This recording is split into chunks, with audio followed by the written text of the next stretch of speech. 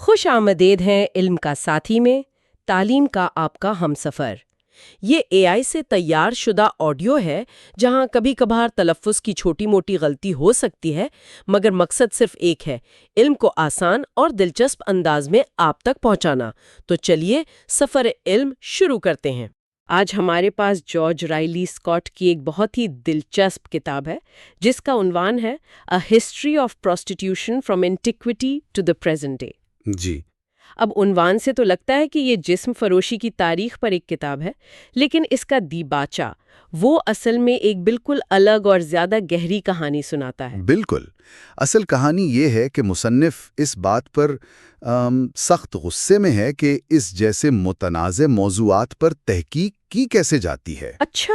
دیباچے کا آغاز ہی وہ اس شکایت سے کرتا ہے کہ جب اس نے تحقیق شروع کی تو اسے پتا چلا کہ اس موضوع پر کوئی جدید اور جامع کام موجود ہی نہیں ہے۔ مطلب کوئی بھی اس پر سنجیدگی سے لکھنا ہی نہیں چاہتا تھا؟ ہاں، اسکاٹ کے مطابق دو پرانی تفصیلی کتابیں تھیں، ایک سینگر کی اور دوسری لاکروا کی، لیکن وہ بھی سوچیں 1850 اور 1870 کی دہائی کی تھیں۔ اوہ، تو بہت پرانی۔ جی، وہ کہتا ہے کہ ان کی حیثیت اب صرف ایک تاریخی دستاویز کی تھی، جدید تحقیق کی نہیں۔ تو پھر جو نیا کام تھا اس میں کیا مسئلہ تھا؟ ایسے سے چھپتی تھیں تو ظاہر ہے ان کا مقصد تحقیق نہیں تھا بلکہ پروپیگنڈا تھا۔ وہ ایک خاص اخلاقی نقطۂ نظر کو فروغ دینا چاہتے تھے۔ اچھا، تو یہ کتابیں اصل میں تحقیق تھی ہی نہیں بلکہ کسی ایجنڈے کا حصہ تھیں؟ بالکل، اور یہی اسکاٹ کا سب سے بڑا اعتراض ہے۔ وہ کہتا ہے کہ ان کتابوں میں جسم فروشی کو کبھی براہ راست موضوع بنایا ہی نہیں گیا۔ تو پھر بات کس چیز پر ہوتی تھی؟ اسے ہمیشہ ایک سماجی برائی کے طور پر پیش کیا جاتا تھا، جسے کسی بڑے مقصد جیسے کہ عوامی صحت یا اخلاقیات کے پردے میں زیر بحث لایا جاتا تھا۔ اس رویے کی وجہ سے تحقیق کی سائنسی حیثیت ہی ختم ہو جاتی تھی۔ لیکن کیا یہ بات سمجھ میں نہیں آتی؟ اس زمانے میں ایسے موضوع پر لکھنا واقعی ایک بہت بڑا چیلنج رہا ہوگا۔ شاید مصنفین کی یہ معذرتیں ایک مجبوری تھیں۔ دیکھیں، مصنف اس بات کو بالکل نہیں مانتا۔ اسکاٹ کا کہنا تھا کہ اگر آپ سچائی بیان کرنے سے ڈرتے ہیں تو آپ کو قلم اٹھانا ہی نہیں چاہیے۔ صحیح۔ اس کے نزدیک یہ معذرتیں منافقت تھیں اور انہوں نے تحقیق کو کمزور کر دیا۔ وہ مثالیں بھی دیتا ہے، جیسے کہ؟ جیسے 1857 میں ایک انگریز مصنف ایکٹن نے اپنی کتاب ایک لمبی چوڑی منافقانہ معافی سے شروع کی۔ اور صرف وہی نہیں تھا، ٹھیک؟ جی نہیں، ایک امریکن مصنف تھا سینگر۔ اس نے اپنے دیباچے میں بڑی چالاکی سے الفاظ کا کھیل کھیلا تاکہ موضوع کی سنگینی سے بچا جا سکے۔ اور ایک فرانسیسی مصنف کا بھی ذکر ہے، لاکروا۔ ہاں، اس نے تو حد ہی کر دی تھی۔ کتاب پر اپنا اصلی نام لکھنے کے بجائے ایک فرضی نام استعمال کیا۔ فرضی نام؟ یہ تو واقعی ظاہر کرتا ہے کہ لکھنے والا خود اپنے کام کے پیچھے کھڑا ہونے کو تیار نہیں ہے۔ بالکل، اور اسکاٹ کہتا ہے کہ جب بھی وہ کوئی ایسی کتاب اٹھاتا ہے جس کا آغاز کسی بہانے یا معافی سے ہو تو وہ فوراً اس کتاب اور اس کے مصنف کے بارے میں منفی رائے قائم کر لیتا ہے۔ اس سے لگتا ہے کہ جو مصنف ایسے حربے استعمال کرتا ہے وہ اپنے موضوع کے ساتھ کبھی ایمانداری سے انصاف کر ہی نہیں سکتا۔ یہ تو کمال کی بات ہے۔ یعنی وہ کہہ رہا ہے کہ میں کوئی معافی نہیں مانگوں گا، یہ ایک سائنسی تحقیق ہے اور میں اسے اسی طرح پیش کروں گا۔ یہ اپنے وقت کے حساب سے بہت جرأت مندانہ موقف لگتا ہے۔ بہت زیادہ، اور وہ اپنے دیباچے میں واضح طور پہ یہی کہتا ہے۔ اس کا ایک مشہور جملہ ہے، میں اس تحقیق کو پیش کرتے ہوئے کوئی بہانہ یا معذرت پیش نہیں کرتا۔ واہ! وہ صاف صاف بتاتا ہے کہ اس کا کسی اصلاحی، اخلاقی یا مذہبی تنظیم سے کوئی تعلق نہیں ہے۔ تو اس کا حل کیا تھا؟ وہ کس طرح کی تحقیق کرنا چاہتا تھا؟ اسکاٹ کا ماننا تھا کہ اس موضوع پر ایک ایسی تحقیق کی ضرورت ہے جو کسی مصلحے یا اخلاقیات کے ٹھیکیدار کے متعصب نظر سے نہ لکھی گئی ہو، بلکہ ایک سائنسی مبصر کی غیر جذباتی اور غیر جانبدارانہ نظر سے لکھی جائے۔ بالکل، وہ اسے ایک سماجی حقیقت کے طور پر دیکھنا چاہتا تھا، نہ کہ ایک گناہ کے طور پر۔ تو اس دیباچے کا اصل پیغام جسم فروشی کی تاریخ سے زیادہ اس بارے میں ہے کہ ہمیں متنازع سمجھے جانے والے موضوعات پر بات کیسے کرنی چاہیے۔ صحیح۔ مصنف کا اصرار ہے کہ سائنسی مشاہدہ اور غیر جانبداری اخلاقی پروپیگنڈے سے کہیں زیادہ اہم ہے۔ یہ دیباچہ دراصل غیر جانبدارانہ تحقیق کا ایک منشور ہے۔ یہ گفتگو ایک بہت اہم سوال چھوڑ جاتی ہے۔ آج کے دور میں بھی جب ہمارے پاس معلومات کا سمندر ہے، کیا اب بھی ایسے موضوعات ہیں جن پر لکھنے والے کو ایک غیر اعلانیہ معذرت کے ساتھ بات شروع کرنی پڑتی ہے؟ اور اس جھجک کی وجہ سے ہماری اجتماعی سمجھ بوجھ کو کتنا نقصان پہنچتا ہے؟ اگر پوڈ کاسٹ سنتے سنتے آپ کا دماغ ہاں یار یہ تو کمال کا کانٹینٹ ہے کہہ رہا ہے، تو بھائی پھر لائک ضرور کرو، شیئر کر دو دوستوں کے ساتھ، اور ہاں سبسکرائب کا بٹن دبانا مت بھولنا، ورنہ اگلی دفعہ یہ علم کا خزانہ مس بھی ہو سکتا ہے۔ ہم پہلے حصے سے شروع کرتے ہیں۔ تو پہلا حصہ ہے جسم فروشی کے اسباب۔ جی لیکن یہ حصہ فوراً وجوہات پر نہیں جاتا، بلکہ اس سے بھی ایک قدم پیچھے ہٹتا ہے، ایک بہت ہی بنیادی سوال پر۔ بالکل، یہ حصہ اس بات کی بنیاد رکھتا ہے کہ اصل میں ہم بحث کس چیز پر کر رہے ہیں۔ مطلب اس سے پہلے کہ ہم یہ پوچھیں کہ ایسا کیوں ہوتا ہے، ہمیں یہ واضح کرنا ہوگا کہ یہ ہے کیا۔ بالکل، اور یہیں سے پہلا باب شروع ہوتا ہے۔ ٹھیک ہے، تو باب 1، تعریف کا سوال۔ جی، یہ شروع ہی ایک بہت بڑے مسئلے سے ہوتا ہے کہ ہم اس بات پر متفق ہیں ہی نہیں کہ جسم فروش کہتے کسے ہیں۔ اور یہ واقعی ایک بنیادی مسئلہ ہے۔ کتاب میں دلیل دی گئی ہے کہ اگر ہم یہی طے نہیں کر سکتے کہ ہم کس کے بارے میں بات کر رہے ہیں، تو ہم اس کی وجوہات یا اس کے سماجی اثرات کا تجزیہ کیسے کر سکتے ہیں؟ یعنی زیادہ تر بحثیں اسی لیے بے نتیجہ رہتی ہیں۔ جی، کیونکہ ہر کوئی ایک مختلف چیز کے بارے میں بات کر رہا ہوتا ہے۔ کتاب دو انتہاؤں کی نشاندہی کرتی ہے۔ ایک طرف ایک بہت ہی پرانی اور وسیع تعریف ہے کہ شادی سے باہر جنسی تعلق رکھنے والی کوئی بھی عورت جسم فروش ہے، جو آج کے دور میں تو بالکل بے معنی لگتی ہے۔ اور دوسری طرف ایک بہت ہی تنگ اور عام فہم تعریف ہے، ایک عورت جو پیسوں کے عوض عارضی طور پر اپنا جسم کئی مردوں کو دیتی ہے۔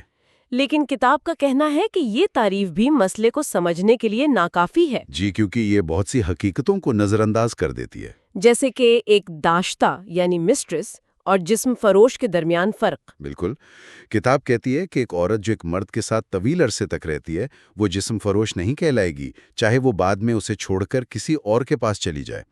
اس کا موازنہ ایک طلاق یافتہ عورت سے کیا گیا ہے جو دوبارہ شادی کر لیتی ہے۔ اور یہ صرف کوئی فلسفیانہ بحث نہیں ہے، کچھ ممالک جیسے فرانس میں اس فرق کے قانونی نتائج بھی ہیں۔ تو یہ تعریفیں حقیقی زندگی پر اثر انداز ہوتی ہیں۔ اچھا، لیکن یہاں کتاب ایک اور دلچسپ تصور سامنے لاتی ہے جو عام تعریف کو چیلنج کرتا ہے۔ وہ کیا ہے؟ شوقیہ جسم فروش یعنی ایمیچور پروسٹیٹیوٹ کا تصور۔ ایک منٹ، یہ بات تھوڑی عجیب لگتی ہے۔ شوقیہ جسم فروش سے کیا مراد ہے؟ عام طور پر تو یہی سمجھا جاتا ہے کہ یہ سب کچھ صرف پیسے کے لیے ہوتا ہے۔ یہی تو وہ نقطہ ہے جسے کتاب چیلنج کرتی ہے۔ اس کا کہنا ہے کہ تعریف کو صرف کل وقتی پیشاور افراد تک محدود رکھنا غیر منطقی ہے۔ کیوں؟ ایسا کرنے سے ہم ان لوگوں کی بڑھتی ہوئی تعداد کو نظر انداز کر دیتے ہیں جو یہ کام جز وقتی طور پر کرتے ہیں اور ہمیشہ نقد رقم کے لیے نہیں۔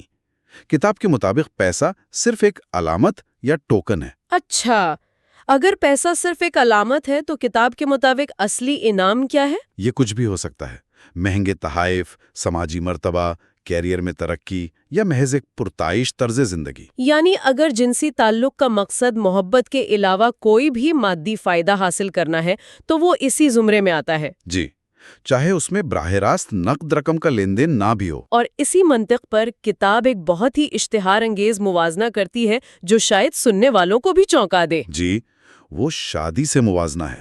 بالکل، کتاب کا کہنا ہے کہ اگر ہم جسم فروشی کو پیسوں کے عوض جنسی تعلق کی وجہ سے برا سمجھتے ہیں تو ہمیں بہت سی شادیوں پر بھی وہی لیبل لگانا پڑے گا جہاں معاشی تحفظ سب سے بڑا محرک ہوتا ہے۔ یہ ایک بہت بڑا دعویٰ ہے۔ اشتعال انگیز ہے، لیکن اس کا مقصد قاری کو یہ سوچنے پر مجبور کرنا ہے کہ ہم اخلاقی لکیر آخر کھینچتے کہاں ہیں۔ بالکل۔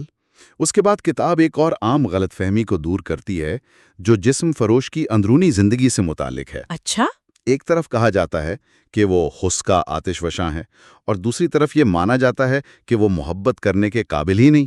یہ دونوں باتیں ایک ساتھ کیسے سچ ہو سکتی ہیں؟ یہ تو تضاد ہے۔ بالکل، کتاب کہتی ہے کہ یہ دونوں ہی باتیں غلط فہمیاں ہیں۔ وہ کسی ایک شخص سے حقیقی اور گہری محبت کر سکتی ہے، اور اسی سے فینسی مین کا رجحان سامنے آتا ہے۔ یعنی ایک ایسا مرد جس کے اخراجات وہ خود اٹھاتی ہیں؟ جی، یہ اس خیال کی نفی کرتا ہے کہ اس کی زندگی میں محبت کی کوئی گنجائش نہیں۔ ایک اور عام خیال یہ ہے کہ وہ اپنے کام سے کوئی لذت محسوس نہیں کرتی اور شاید یہی چیز اس کام کو برا بناتی ہے۔ لیکن مصنف اس دلیل کو بھی کمزور قرار دیتا ہے۔ اس کا کہنا ہے کہ کسی بھی جنسی تعلق میں بشمول شادی تکرار سے لذت کم ہو سکتی ہے۔ تو اصل سوال کیا ہے؟ اصل سوال یہ ہے کہ کیا اس نے اپنے کیریئر کے آغاز میں لذت محسوس کی تھی؟ اور کتاب کا کہنا ہے کہ اکثر ایسا ہی ہوتا ہے جہاں کاروبار اور لذت ایک ساتھ چلتے ہیں۔ تو ان تمام پرانی تعریفوں اور غلط فہمیوں کو رد کرنے کے بعد کتاب آخر میں ایک جامع تعریف پیش کرتی ہے۔ جی، اور وہ تعریف یہ ہے، ایک جسم فروش کوئی بھی فرد، مرد ہو یا عورت ہو سکتا ہے۔ اچھا، اس میں مرد بھی شامل ہے؟ جی، جو محبت کے علاوہ کسی اور قسم کے انعام کے لیے، چاہے وہ مالی ہو، مادی ہو یا محض ذاتی اطمینان، مختلف لوگوں کے ساتھ جز وقتی یا کل وقتی طور پر جنسی تعلقات قائم کرتا ہے۔ یہ تعریف تو بہت وسیع ہے، اور اس میں مرد، جز وقتی کام کرنے والے اور غیر مالیاتی لین دین سب کو شامل کیا گیا ہے۔ جی، تو اگر تعریف ہی اتنی پیچیدہ اور وسیع ہے تو پھر معاشرے میں اس پیشے سے اتنی شدید نفرت اور بدنامی کیوں جڑی ہے؟ یہ سوال ہمیں سیدھا کتاب کے اگلے باب کی طرف لے جاتا ہے۔ جی، تو باب 2، جسم فروش کا سماجی مرتبہ۔ اور یہ اسی تضاد پر بات کرتا ہے۔ آج ہم جسم فروش کو حقارت یا طرز کی نگاہ سے دیکھتے ہیں، اسے ایک اخلاقی طور پر متون یا آؤٹ کاسٹ سمجھتے ہیں۔ لیکن کتاب کا دعویٰ ہے کہ یہ ہمیشہ سے ایسا نہیں تھا۔ یہ تو بالکل ہی الٹی بات ہے۔ یعنی آج جس چیز کو گناہ اور شرم کی علامت سمجھا جاتا ہے، وہ کبھی قابل احترام سمجھی جاتی تھی۔ جی، یہ فرق اتنا بڑا ہے کہ یقین کرنا مشکل ہے، اور کتاب اس کے لیے تاریخ سے ٹھوس مثالیں دیتی ہے۔ جیسے کہ قدیم ایتھنز میں ہیٹائرا، جو اعلیٰ تعلیم یافتہ اور فنون سے واقف طوائفیں تھیں، معاشرے میں سب سے اونچا درجہ رکھتی تھیں۔ اچھا، ویسالی شہر میں تو طوائفوں کی سردار کو مقدس ہستیوں جیسی عزت دی جاتی تھی۔ اور بائبل میں مذکور قیدشوت کا بھی ذکر ہے۔ جی، کیریشوت کنانی مندروں سے منسلک جسم فروش تھیں، اور ان کی بہت عزت کی جاتی تھی کیونکہ ان کے کام کو مذہبی رسم اور خدا کی خدمت کا حصہ سمجھا جاتا تھا۔ یعنی یہ صرف ایک جسمانی عمل نہیں بلکہ ایک روحانی ذمہ داری تھی۔ بالکل، آرمینیا اور بابل میں بھی مندر کی جسم فروشوں کو اتنا احترام حاصل تھا کہ وہ بعد میں بغیر کسی سماجی داغ کے شادیاں کر سکتی تھیں۔ تو یہ رویہ صرف قدیم یونان تک محدود نہیں تھا، لیکن کیا آج بھی دنیا میں ایسی جگہ ہیں جہاں یہ رویہ مختلف ہے؟ کتاب کے مطابق ہاں، جاپان میں جسم فروش کے لیے استعمال ہونے والے لفظ کا اصل مطلب ہے عارضی بیوی۔ عارضی بیوی؟ جی، اور اسے یورپ جیسی حقارت سے نہیں دیکھا جاتا۔ اسی طرح ہندوستان میں بھی تاریخی طور پر عوامی عورت کو ایک مثالی اور کامل عورت کا درجہ دیا جاتا تھا۔ یہ تاریخی مثالیں اس لیے اہم ہیں کیونکہ یہ ہمیں یاد دلاتی ہیں کہ آج جو چیزیں ہم فطری یا اخلاقی سمجھتے ہیں وہ ہمیشہ سے ایسی نہیں تھیں۔ بالکل، یہ معاشرے کے ساتھ بدلتی رہتی ہیں۔ تو سوال یہ ہے کہ آج کے اصول کتنے پکے ہیں؟ صحیح۔ کتاب ایک اور مثال دیتی ہے کہ کچھ قدیم معاشروں میں کنوار وپن کو کوئی خاص اہمیت نہیں دی جاتی تھی، اور کسی مہمان کو عزت دینے کے لیے اپنی بیوی یا بیٹی پیش کرنا ایک اعزاز سمجھا جاتا تھا۔ اور بعد میں مہذب معاشروں میں کیا ہوا؟ یہی رواج بدل گیا اور اہم مہمانوں کو اعلیٰ درجے کی طوائفیں فراہم کی جانے لگیں، جیسے 15ویں صدی میں جرمنی کے بادشاہ سگسمنڈ کا استقبال شہر کی طوائفوں نے کیا تھا۔ یہاں کتاب ایک اور دقیانوسی تصور کو چیلنج کرتی ہے، یہ خیال کہ تمام جسم فروش کم ذہین یا غیر تعلیم یافتہ ہوتی ہیں۔ جی، اور کتاب کا کہنا ہے کہ یہ خیال ٹارنوسکی جیسے محققین کے کام سے آیا، جنہوں نے صرف جیلوں، پناہ گاہوں اور ہسپتالوں میں موجود نچلے طبقے کی جسم فروشوں کا مطالعہ کیا۔ تو یہ ایک متعصب نمونہ تھا؟ ظاہر ہے، یہ تو ایک طرفہ بات ہوئی نا، کیونکہ وہ صرف ایک ہی طبقے کی خواتین کو دیکھ رہے تھے۔ اصل حقیقت مختلف ہے۔ اور وہ کیا ہے؟ مصنف ڈاکٹر وال بارس کا حوالہ دیتے ہوئے کہتا ہے کہ اس نے اپنے کیریئر میں جن جسم فروشوں سے ملاقات کی، وہ انہیں عام ذہانت اور تعلیم کی حامل پایا، بالکل کسی دوسرے شعبے میں کام کرنے والی خواتین کی طرح۔ اچھا۔ اور جیسے جیسے معاشرے میں تعلیم کا معیار بلند ہوا ہے، ویسے ہی اس پیشے میں بھی ہوا ہے۔ اس باب کا اختتام الفاظ کی طاقت پر ایک بہت گہرے نقطے کے ساتھ ہوتا ہے۔ جی، کتاب کہتی ہے کہ رنڈی، طوائف یا ویشیا جیسے الفاظ خود نفرت اور حقارت پیدا کرتے ہیں۔ لیکن جب اسی سرگرمی کو قابل احترام سمجھا جاتا تھا تو اسے مختلف نام دیے جاتے تھے۔ بالکل۔ پجارن، ہٹایرا یا کوٹیزن، اس سے یہ اہم سوال پیدا ہوتا ہے کہ سماجی بدنامی کا کتنا تعلق خود عمل سے ہے اور کتنا اس لیبل سے جو ہم اس پر لگاتے ہیں۔ تو ہم نے تعریف کو از سر نو سمجھا اور دیکھا کہ اس کا سماجی مرتبہ تاریخ میں کتنا بدلا ہے، لیکن کتاب کا کہنا ہے کہ اس سب کے باوجود ہم اب بھی اصل وجہ کو غلط جگہ تلاش کر رہے ہیں۔ اور یہ ہمیں آخری اور سب سے اہم باب کی طرف لے جاتا ہے۔ ٹھیک ہے، باب 3، بنیادی وجہ۔ جی، یہ باب ایک بہت بڑا اور جرت مندانہ دعویٰ کرتا ہے جو شاید بہت سے لوگوں کو ناگوار گزرے۔ اور وہ دعویٰ یہ ہے کہ جسم فروشی کی بنیادی وجہ عورت نہیں بلکہ مرد ہے۔ کتاب کے مطابق یہ ایک حیاتیاتی وجہ ہے، خاص طور پر مرد کی ساتھی کی تلاش کی جسمانی خواہش یا جنسی تحریک۔ تو کتاب کا استدلال ہے کہ یہی وہ بنیادی طلب یعنی ڈیمانڈ ہے جس کی وجہ سے یہ پیشہ ہزاروں سال سے موجود ہے۔ بالکل، اور اسی وجہ سے صدیوں سے مذہبی اور سماجی رہنماؤں نے اسے ناپسند کرنے کے باوجود ایک ضروری برائی کے طور پر دیکھا ہے۔ ضروری برائی؟ یہ تو بہت متضاد اصطلاح ہے۔ اس کا کیا مطلب ہے؟ اس کا مطلب ہے ایک ایسی چیز جسے برداشت کرنا پڑتا ہے تاکہ عصمت دری جیسے بدتر نتائج سے بچا جا سکے۔ اچھا۔ کتاب اس کے لیے سینٹ آگسٹن کا حوالہ دیتی ہے، جو تقریباً 1700 سال پہلے لکھتے ہیں۔ انہوں نے دلیل دی کہ جسم فروش اگرچہ گنہگار ہیں، لیکن وہ معاشرے سے حوض کے گند کو باہر نکالنے کے لیے ایک نالی کا کام کرتی ہیں تاکہ قابل احترام خواتین محفوظ رہ سکیں۔ جی، مجھے 1 منٹ کے لیے آپ کو روکنا پڑے گا۔ یہ دلیل آج کے دور میں ایک بہت پرانی اور دقیانوسی بہانہ لگتی ہے۔ ہمیں بری عورتوں کی ضرورت ہے تاکہ اچھی عورتیں محفوظ رہ سکیں۔ یہ تو بہت ہی قابل اعتراض خیال ہے۔ بالکل قابل اعتراض ہے، لیکن کتاب کا مقصد اس کی حمایت کرنا نہیں ہے۔ تو پھر مقصد کیا ہے؟ مقصد یہ دکھانا ہے کہ یہ سوچ کتنی پرانی اور گہری ہے۔ یہی منطق قدیم یونان کے قانون ساز سولون نے بھی استعمال کی تھی جب اس نے غلام عورتوں کو جسم فروش کے طور پر استعمال کرنے کی اجازت دی تاکہ آزاد خواتین جنسی حملوں سے محفوظ رہیں۔ جی، کتاب یہ بتا رہی ہے کہ معاشرہ اس مسئلے کو ہمیشہ سے مرد کی جنسی خواہش کے زاویے سے دیکھتا آیا ہے۔ اور یہ خیال صرف قدیم زمانے تک محدود نہیں رہا۔ نہیں، کتاب بعد کے مفکرین کا بھی ذکر کرتی ہے، جیسے فلسفی شوپن ہاور، جس نے جسم فروشوں کو یک زوجگی کی قربان گاہ پر انسانی قربانیاں کہا۔ اور مورخ لیکی نے تو طوائف کو عصمت کی سب سے مؤثر محافظ قرار دیا۔ یہ جملہ سننے میں کتنا عجیب لگتا ہے، عصمت کی محافظ۔ ہمیں ایک لمحے کے لیے اس پر رک کر سوچنا چاہیے۔ واقعی یہ خیال پوری بحث کو ایک بالکل مختلف زاویے سے دیکھنے پر مجبور کرتا ہے۔ تو اس دلیل کا نچوڑ کیا ہے؟ نچوڑ یہ ہے کہ مرد کی جنسی بھوک طلب پیدا کرتی ہے، اور اس طلب کو پورا کرنے کے لیے ادائیگی کرنے پر اس کی آمادگی رسد یعنی سپلائی پیدا کرتی ہے۔ بالکل، یعنی پیشہ ور جسم فروش۔ مصنف کا خیال ہے کہ اگر ادائیگی کا یہ آپشن ختم کر دیا جائے تو معاشرے میں یا تو جنسی تشدد بہت بڑھ جائے گا یا پھر ریاست کو خود عوام کے لیے جسم فروش فراہم کرنے پڑیں گے۔ اور یہ اس خیال سے کیسے جڑتا ہے کہ مرد فطری طور پر کثیر الازدواجی یعنی پولیگیمس ہے؟ کتاب کہتی ہے کہ ایک ایسے معاشرے میں جہاں قانون یا معاشی حالات زیادہ تر مردوں کو کئی بیویاں یا داشتیں رکھنے کی اجازت نہیں دیتے، وہاں جسم فروش چاہے وہ پیشہ ور ہو یا شوقیہ اس خلا کو پر کرتی ہے جسے مرد کی فطری خواہش پیدا کرتی ہے۔ اس باب کا ختام تہذیب کے بارے میں ایک بہت ہی حیران کن نقطے پر ہوتا ہے۔ جی، اور یہ شاید اس پورے تجزیے کا سب سے اہم نقطہ ہے۔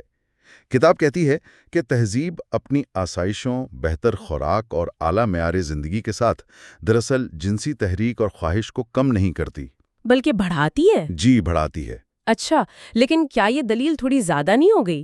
یعنی تہذیب کو ہی جنسی خواہش بڑھانے کا ذمہ دار ٹھہرا دینا؟ کچھ لوگ کہیں گے کہ یہ تو اپنی ذمہ داری سے بچنے کا ایک بہانہ ہے۔ کتاب اس کا جواب ایک حیاتیاتی مثال سے دیتی ہے۔ وہ پالتو جانوروں کا موازنہ جنگلی جانوروں سے کرتی ہے۔ وہ کیسے؟ جنگلی جانوروں کی زیادہ تر توانائی خوراک کی تلاش اور بقا کی جدوجہد میں صرف ہوتی ہے، اس لیے ان کی جنسی بھوک محدود اور موسمی ہوتی ہے۔ اچھا۔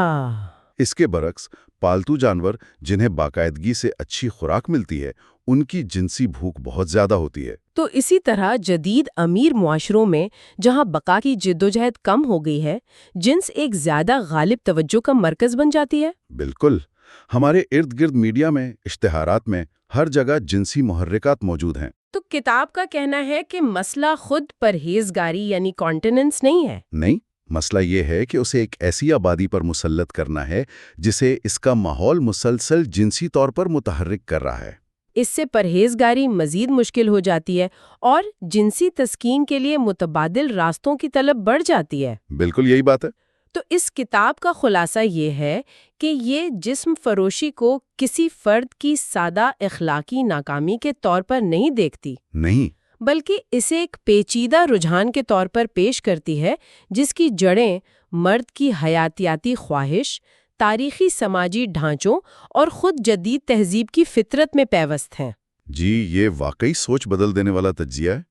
اس کا مقصد یہی ہے کہ قاری سطحی فیصلوں سے آگے بڑھے اور تعریفوں، سماجی تاثرات اور ان گہری وجوہات کے پیچیدہ جال پر غور کرے۔ بالکل، چاہے ہم ان تمام دلائل سے متفق ہوں یا نہ ہوں، یہ ہمیں ایک مختلف زاویہ نظر فراہم کرتا ہے۔ اور یہ ہمیں سوچنے کے لیے ایک آخری خیال دیتا ہے۔ اگر تہذیب خود ان جنسی خواہشات کو بڑھاوا دیتی ہے جو جسم فروشی کی طلب کو ہوا دیتی ہیں، تو پھر ان بنیادی حالات کو سمجھے اور حل کیے بغیر صرف رصد کو ختم کرنے کی کسی بھی کوشش کا کیا مطلب ہے؟ یہ ایک ایسا سوال ہے جس پر غور کرنا چاہیے۔ باب 4 وہ وجوہات جو خواتین کو جسم فروشی کی طرف لاتی ہیں، اور یہاں آتے ہی پہلا نقطہ ہی بہت چونکا دینے والا ہے۔ مصنف اس عام خیال کو مکمل طور پر رد کرتا ہے کہ اس کی بنیادی وجہ غربت ہے۔ جی، یہ واقعی اس تحقیق کا سب سے بڑا دعویٰ ہے۔ مصنف کہتا ہے کہ پیرن دو شاتلے یا سینگر جیسے پرانے محققین کے نتائج اب پرانے ہو چکے ہیں۔ ان کا کہنا ہے کہ 50 سال پہلے شاید ایسا ہو جب خواتین کے پاس شادی یا نوکرانی بننے کے علاوہ کوئی راستہ نہیں تھا، لیکن اب حالات بدل گئے ہیں۔ تو اگر مجبوری نہیں تو پھر کیا؟ مصنف کا دعویٰ ہے کہ 95% معاملات میں یہ ایک شعوری انتخاب ہوتا ہے، اور وجہ بتائی گئی ہے آسائش اور کاہلی سے محبت۔ یہ ایک بہت اہم نقطہ ہے۔ تحقیق اس کی وضاحت یوں کرتی ہے کہ یہ معاشی وجہ تو ہے، لیکن بھوک اور افلاس والی غربت نہیں۔ اسے نسبتی غربت کہا گیا ہے، یعنی اپنی موجودہ سماجی حیثیت سے عدم اطمینان۔ اچھا، تو یہ پیٹ بھرنے کا مسئلہ نہیں ہے بلکہ بہتر زندگی گزارنے کی خواہش ہے۔ بالکل، ایک فیکٹری ورکر یا نوکرانی دن بھر محنت کرتی ہے لیکن اس کی زندگی نہیں بدلتی۔ وہ اچھے کپڑے پہننا چاہتی ہے، تفریح کرنا چاہتی ہے، تو یہ محنت کی مشقت سے بچنے کا ایک راستہ سمجھا جاتا ہے۔ اس کو واضح کرنے کے لیے کچھ مثالیں بھی دی گئی ہیں، ہے نا؟ جی، لندن کی ایک لڑکی فلیسی کا ذکر ہے جس نے کہا کہ وہ اپنی ماں کی طرح ساری زندگی سکوئی یعنی نوکرانی بن کر برتن نہیں مانجنا چاہتی۔ اسے اپنے پروفیشن پر فخر تھا۔ جی، اور اسی طرح شکاگو کی دی کاؤنٹس کی کہانی ہے۔ اس نے صاف کہا کہ اس نے یہ پیشہ پیسہ کمانے اور جلد ریٹائر ہونے کے لیے چنا ہے، اور وہ اسے ایک محفوظ، قدامت پسند اور بہت پرانا پیشہ سمجھتی تھی۔ یعنی اسے ایک کیریئر کے طور پر دیکھا جا رہا تھا، مجبوری کے طور پر نہیں۔ ماحول کا بھی ذکر کیا گیا ہے۔ جی، تحقیق کے مطابق بڑے شہروں کی غریب بستیوں میں جہاں ایک ہی کمرے میں پورا خاندان رہتا ہے، وہاں بچوں کے لیے جنسی تعلقات کوئی راز نہیں رہتے۔ جب وہ اپنے ارد گرد شادی شدہ زندگی کو غربت اور محنت سے بھرا ہوا دیکھتے ہیں تو ایک پیشہ ور کا کردار انہیں کہیں زیادہ بہتر لگتا ہے۔ اس سلسلے میں مارو کا ایک اقتباس بھی ہے جو بہت ہی تلخ ہے۔ جو خود کو اس پیشے کے لیے بیچتی ہیں اور جو خود کو شادی کے لیے بیچتی ہیں، ان میں فرق صرف قیمت اور معاہدے کی مدت کا ہے۔ واہ، یہ ایک انتہائی تلخ موازنہ ہے، لیکن یہ مصنف کی اس دلیل کو مضبوط کرتا ہے کہ اس کے نزدیک یہ بنیادی طور پر ایک معاشی لین دین ہے۔ اچھا، ایک اور سوال ذہن میں آتا ہے، کیا اس میں حیاتیاتی یا جنسی خواہشات کا بھی کوئی عمل دخل ہے؟ یہ ایک دلچسپ سوال ہے اور اس پر تحقیق میں بھی دو مختلف آراء ہیں۔ کچھ کا ماننا تھا کہ جنسی خواہش ایک اہم عنصر ہے، لیکن دوسری طرف لومبروسو جیسے محققین تھے۔ ان کا کیا کہنا تھا؟ لومبروسو کا کہنا تھا کہ ان خواتین میں اکثر سرد مہری پائی جاتی ہے اور جذبات کا اظہار صرف پیشے کا ایک ہتھ کنڈا ہوتا ہے۔ تحقیق میں یہ بھی بتایا گیا ہے کہ وقت کے ساتھ ان میں عام جنسی تعلقات سے بیزاری پیدا ہو سکتی ہے، جو بعض اوقات انہیں ہم جنس پرستی کی طرف مائل کرتی ہے۔ برلن میں مول کی ایک تحقیق کا حوالہ بھی دیا گیا ہے۔ جی، جس کے مطابق 25% پیشہ ور خواتین میں ایسے رجحانات پائے جاتے تھے۔ تو اس باب کا خلاصہ یہ ہے کہ وجوہات زیادہ تر سماجی خواہشات ہیں، آسائش کی چاہ، محنت سے فرار، نہ کہ بنیادی مجبوریاں۔ اچھا، اگر خواتین کی طرف یہ وجوہات ہیں تو پھر اس مارکیٹ کا دوسرا حصہ یعنی مرد، وہ کیوں آتے ہیں؟ بالکل، اور یہی سوال ہمیں اس تحقیق کے اگلے حصے کی طرف لے جاتا ہے۔ ٹھیک ہے۔ تو اب ہم آتے ہیں باب 5 پر، مرد جسم فروشی کی سرپرستی کیوں کرتے ہیں۔ مصنف کا بنیادی نقطہ یہاں یہ ہے کہ اوسط مرد محض ضرورت کی وجہ سے جاتا ہے۔ یہ ضرورت کا لفظ یہاں بہت اہم لگتا ہے۔ جی، اور اس ضرورت کی وضاحت یہ کی گئی ہے کہ یہ ایک بنیادی حیاتیاتی حقیقت ہے۔ مصنف کا کہنا ہے کہ مرد کے لیے جنسی تعلق کی ضرورت اتنی ہی عالمگیر ہے جتنی خوراک کی، اور وہ تبھی طوائف کے پاس جاتا ہے جب اس کی ضروریات کو پورا کرنے کے لیے کوئی دوسری عورت دستیاب نہ ہو۔ مطلب مرد اس کے تمام نقصانات سے واقف ہے، بیماریوں کا ڈر، سماجی تذلیل کا خطرہ، اس کے باوجود وہ یہ خطرہ مول لیتے ہیں۔ جی، تحقیق کے مطابق ایسا ہی ہے۔ یہاں یہ بات واقعی دلچسپ ہو جاتی ہے جہاں شادی اور جسم فروشی کے تعلق کو جوڑا گیا ہے۔ عام طور پر تو سوچا جاتا ہے کہ شادی اس مسئلے کا حل ہے، لیکن تحقیق کہتی ہے کہ شادی شدہ مرد خود اس کے سب سے بڑے گاہک ہیں۔ بالکل، اور تاریخی طور پر بھی اسے ایک سماجی ضرورت سمجھا گیا ہے، یہاں تک کہ سینٹ اگسٹین جیسے مفکر نے بھی اسے ایک ضروری برائی قرار دیا تھا۔ ضروری برائی؟ کس لیے؟ تاکہ شادی کا ادارہ محفوظ رہے۔ ان کا خیال تھا کہ اگر مردوں کی جنسی خواہشات کو باہر کوئی راستہ نہیں ملے گا تو وہ معزز خواتین کو ہراساں کریں گے، جس سے سماجی ڈھانچہ تباہ ہو جائے گا۔ یعنی اسے معاشرے کے لیے ایک سیفٹی والو سمجھا جاتا تھا۔ ایک طرح سے جی۔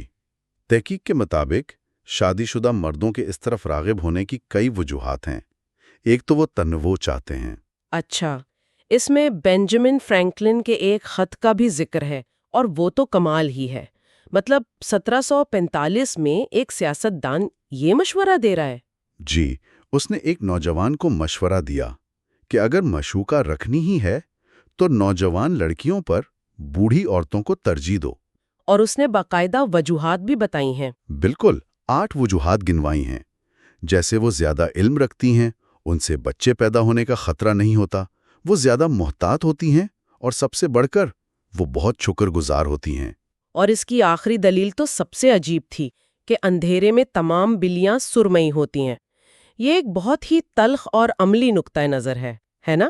جی، لیکن مصنف خود فرینکلن کی اس بات سے اتفاق نہیں کرتا۔ اس کا کہنا ہے کہ مہذب مردوں کے لیے عورت کی شخصیت اور دلکشی بہت اہمیت رکھتی ہے۔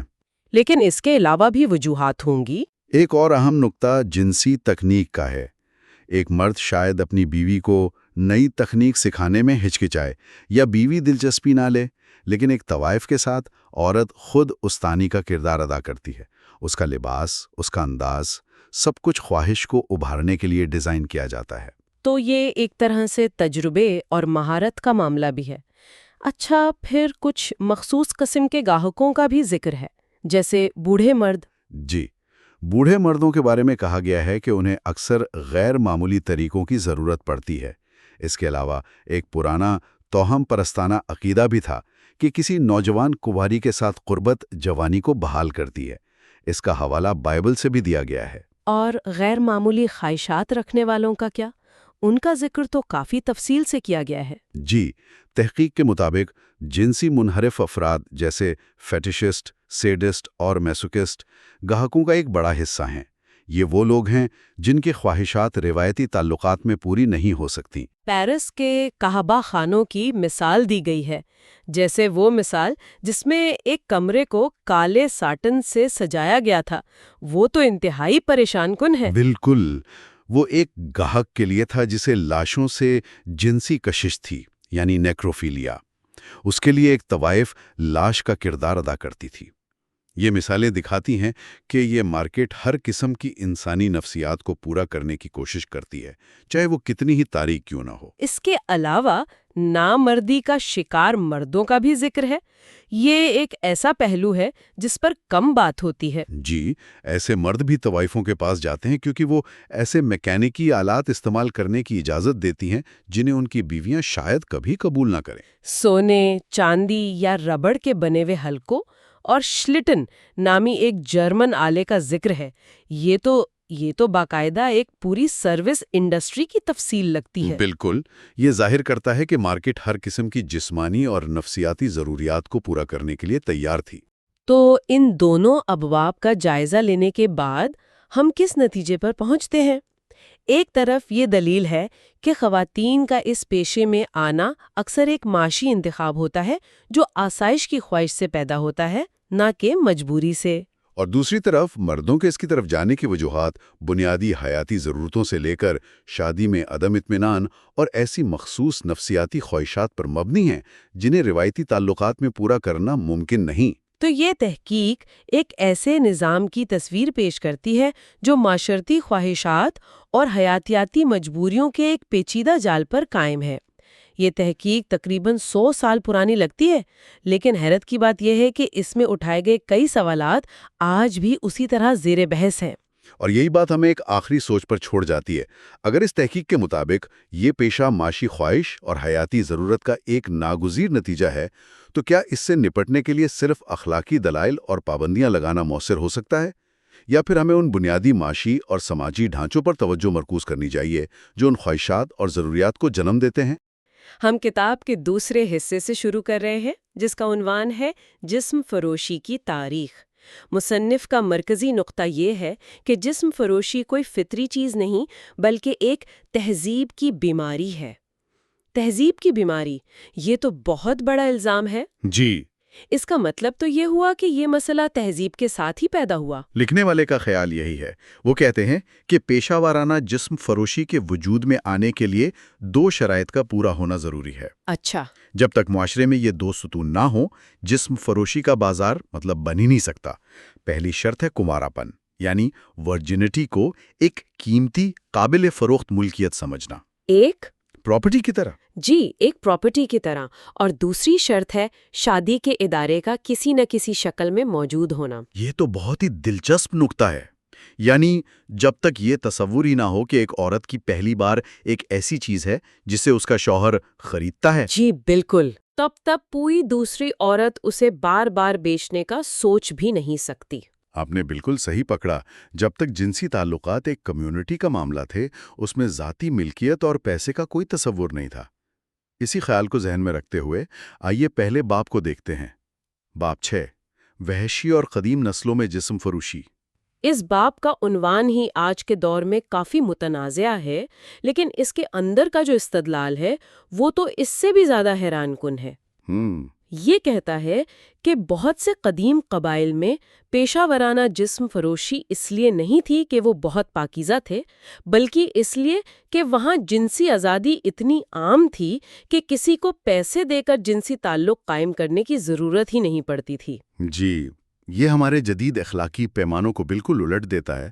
ہم پاکیزگی کو جنسی پرہیزگاری سے جوڑتے ہیں، جبکہ ان معاشروں میں جنسی تجربہ ایک مثبت چیز سمجھی جاتی تھی۔ صحیح۔ مصنف اس کے لیے کچھ ناقابل یقین مثالیں بھی دیتا ہے۔ جیسے وہ مارکو پولو کی تبت والی مثال، مجھے تو وہ پڑھ کر یقین ہی نہیں آیا۔ جی، وہ لکھتا ہے کہ وہاں کوئی مرد کنواری لڑکی سے شادی کرنے کو تیار نہیں ہوتا تھا۔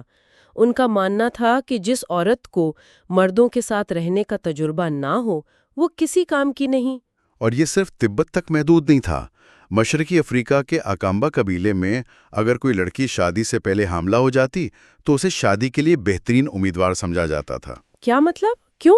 کیونکہ یہ اس کی زرخیزی کا ثبوت ہوتا تھا۔ ایک منٹ، یعنی وہاں معاشرتی حیثیت اس بات سے بڑھتی تھی کہ آپ کے کتنے عاشق رہ چکے ہیں؟ یہ تو ہمارے تصورات سے بالکل ہی الٹ ہے۔ بالکل، آج تو اسے کردار پر سوال اٹھانے کے لیے استعمال کیا جاتا ہے نا۔ جی۔ اور اس کی وجہ یہی تھی کہ شادی کا مقصد محبت نہیں تھا بلکہ نسل بڑھانا اور سماجی اتحاد تھا۔ تو جس عورت کے زیادہ عاشق ہوتے وہ زیادہ پرکشش اور مطلوبہ سمجھی جاتی تھی۔ اس سے بھی ایک قدم آگے اجتماعی شادی یا کمیونل میرج کا تصور تھا۔ وہ کیا تھا؟ یہاں قبیلے کی تمام عورتیں جنسی مقاصد کے لیے تمام مردوں کی مشترکہ ملکیت ہوتی تھی۔ انفرادی ملکیت کا کوئی تصور ہی نہیں تھا۔ تو پھر یہ سب بدلا کیسے؟ یہ تجارتی جنس فروشی کہاں سے آئی؟ ذرائع بتاتے ہیں کہ اس میں بیرونی لوگوں کا ہاتھ تھا۔ جی، جب یورپی تاجر، ملاح اور مشنری ان علاقوں میں آئے تو وہ اپنے ساتھ پیسے اور ملکیت کا تصور بھی لائے۔ اچھا۔ اور انہوں نے مقامی عورتوں کو عارضی بیویوں کے طور پر رکھنا شروع کر دیا۔ نیوزی لینڈ کی مثال بہت واضح ہے، جہاں ویل مچھلی کے شکاری جہازوں کے عملے کے لیے موسم کے لیے بیویاں فراہم کی جاتی تھیں۔ تو یہ ایک طرح کا بزنس ڈیل تھا؟ خالصتاً تجارتی معاہدہ تھا۔ اگر عورت اطمینان بخش نہ ہوتی تو اسے بدل دیا جاتا۔ یہیں سے جنسی تعلق ایک سروس بننا شروع ہوا۔ اور پیسہ شامل ہوتے ہی ساری مساوات بدل گئی۔ والدین اپنی بیٹیوں کو بیچنے لگے اور کچھ لڑکیاں وہ خود اپنا جہیز جمع کرنے کے لیے یہ کام کرنے لگیں۔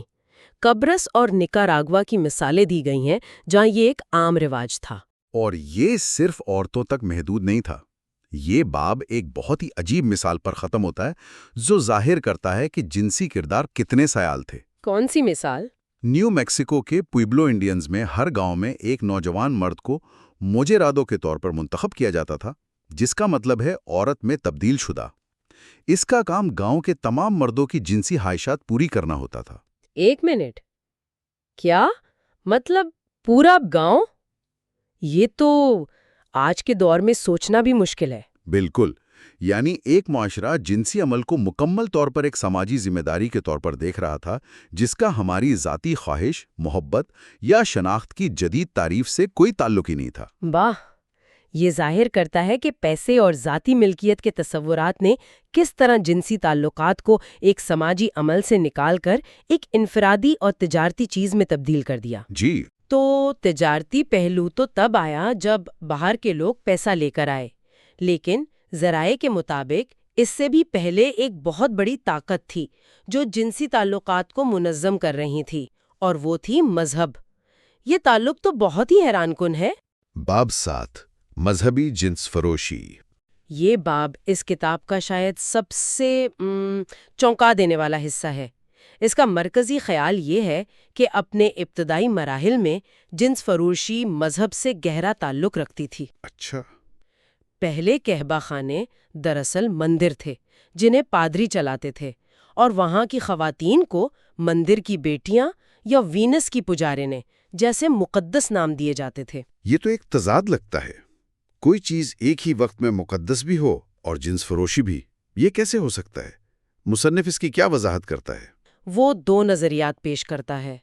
پہلا زرخیزی کی رسم کا ہے، یعنی یہ مانا جاتا تھا کہ انسانوں کے جنسی ملاپ سے کھیتوں اور جانوروں کی زرخیزی بڑھتی ہے، لیکن مصنف اسے ایک محدود وضاحت سمجھتا ہے۔ اور دوسرا نظریہ جسے وہ زیادہ وزن دیتا ہے وہ الہی فائدہ کا نظریہ ہے۔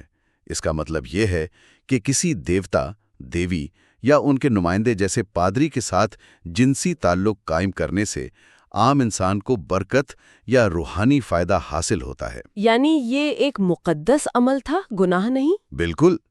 اس کی سب سے مشہور مثال قدیم مورخ ہیروڈوٹس نے بابل کی دی ہے۔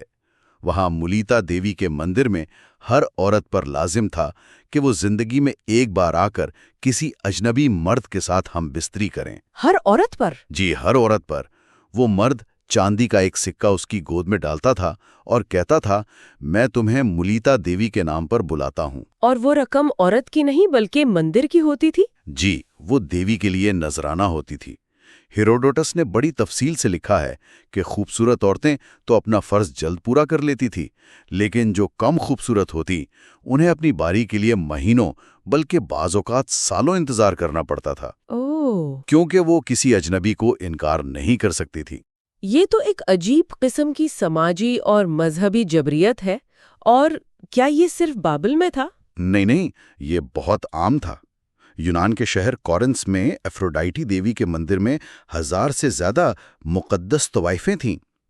ہندوستان میں مندروں کی دیوداسیاں تھیں جو پادریاں اور زائرین کی خدمت کرتی تھیں۔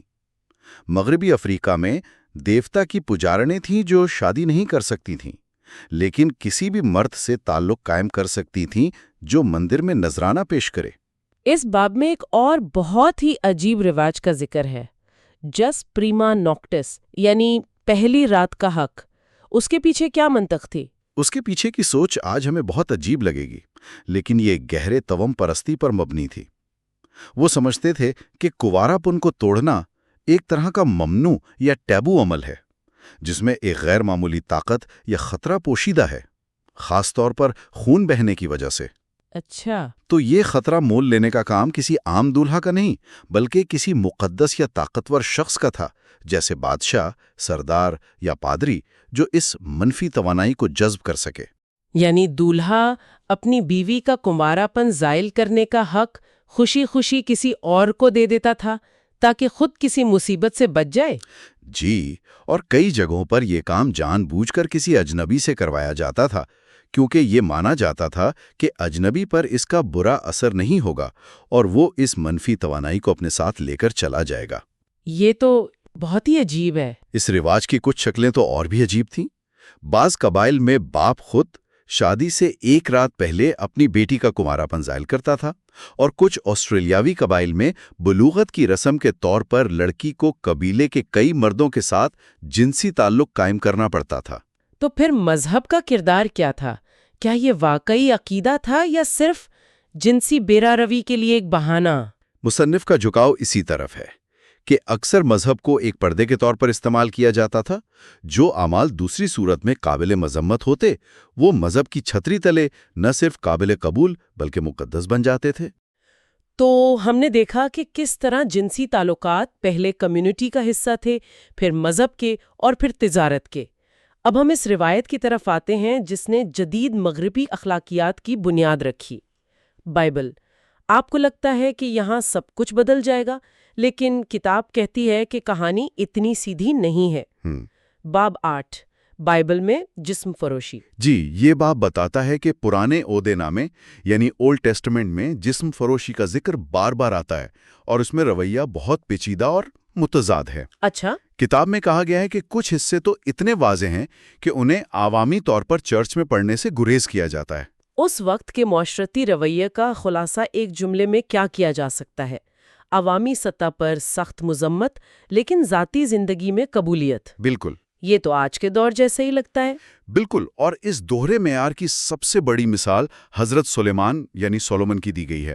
انہوں نے اپنی تحریروں میں طوائف کو ایک گہرے گڑھے سے تشبیہ دی اور اس کی سخت مذمت کی۔ لیکن ان کا اپنا بنایا ہوا مشہور زمانہ مندر طوائفوں اور ہم جنس پرست مرد پجاریوں کا اڈا تھا، اور ان کے اپنے حرم میں سینکڑوں لونڈیاں تھیں۔ حضرت موسیٰ کے قوانین میں بھی یہ تضاد نظر آتا ہے نا؟ جی، انہوں نے واضح طور پہ حکم دیا کہ اپنی بیٹی کو فاحشہ بنا کر ناپاک نہ کرنا، لیکن یہ حکم صرف اسرائیلی بیٹیوں کے لیے تھا۔ اچھا، صرف اسرائیلی بیٹیوں کے لیے؟ جی، مردوں کو غیر ملکی یا غیر اسرائیلی طوائفوں کے پاس جانے سے نہیں روکا گیا۔ یہودا اور یفتح جیسی بڑی بائبل کی شخصیات کے طوائفوں سے تعلقات تھے، جو ظاہر کرتا ہے کہ مردوں کے لیے یہ عمل کافی حد تک قابل قبول تھا۔ لیکن جب بات مردانہ جسم فروشی یا ہم جنس پرستی کی آتی ہے تو بائبل کا رویہ انتہائی سخت ہو جاتا ہے۔ اس کی کیا وجہ بتائی گئی ہے؟ یہاں مصنف ایک بہت اہم نقطہ اٹھاتا ہے۔ اس کا ترک ہے کہ اس کی شدید مذمت خود اس جنسی عمل کی وجہ سے اتنی نہیں تھی، بلکہ اس لیے تھی کہ یہ حریف اور کافرانہ مذاہب کی ایک اہم مذہبی رسم تھی۔ مطلب؟ مثال کے طور پر شام کی دیوی کے پجاریوں میں یہ عمل عام تھا۔ اس طرح بت پرستی اور ہم جنس پرستی کو ایک ساتھ جوڑ دیا گیا اور اسے سب سے بڑا گناہ قرار دیا گیا۔ سدوم اور امورا کی تباہی کی وجہ بھی یہی بتائی گئی۔ تو یہ ایک مذہبی اور سیاسی مخالفت تھی، نہ کہ خالصتاً جنسی اخلاقیات کا معاملہ؟ مصنف کا جھکاؤ اسی طرف ہے۔ یہ اپنے آپ کو دوسروں سے الگ، ممتاز اور پاکیزہ ثابت کرنے کا ایک طریقہ تھا۔ یہ ہم بمقابلہ وہ کی جنگ تھی جس میں جنسی عمل کو ایک ہتھیار کے طور پر استعمال کیا گیا۔ لیکن پھر جب ہم نئے عہد نامے نیو ٹیسٹمنٹ کی طرف آتے ہیں تو لگتا ہے جیسے سب کچھ بدل گیا ہو۔ جی، یہ ایک زبردست تبدیلی ہے۔ پرانے عہد نامے کے سخت قانونوں اور سزاؤں کے مقابلے میں حضرت عیسیٰ مسیح کی تعلیمات کا مرکز معافی، رحم اور ہمدردی ہے۔ جی، اس کی سب سے طاقتور مثال زنا میں پکڑی گئی عورت کا مشہور واقعہ ہے۔ جب مذہبی رہنما اور بھیڑ اسے سنگسار کرنے کے لیے لائے تو انہوں نے صرف اتنا کہا، تم میں سے جس نے کوئی گناہ نہ کیا ہو وہ پہلا پتھر مارے۔ اور اس کے بعد سب ایک ایک کر کے وہاں سے چلے گئے۔ یہ کہانی آج بھی بہت طاقتور ہے۔ بالکل، کیونکہ یہ سزا اور انتقام پر مبنی نظام سے نکل کر رحم اور اصلاح پر مبنی نظام کی طرف ایک بہت بڑی تبدیلی تھی۔ یہاں گناہ کو نظر انداز نہیں کیا گیا۔ انہوں نے عورت سے کہا جاؤ اور پھر گناہ نہ کرنا، لیکن گناہگار کو مسترد کرنے کے بجائے اسے ایک اور موقع دیا گیا۔ یہ پرانے عہد نامے کی سخت بے لچک اخلاقیات سے ایک انقلابی انحراف تھا۔ تو بائبل کے اندر ہی ہمیں دو بالکل مختلف دنیائیں نظر آتی ہیں، ایک سزا اور قانون کی اور دوسری رحم اور معافی کی۔ تو آج کی اس گفتگو کو سمیٹتے ہیں۔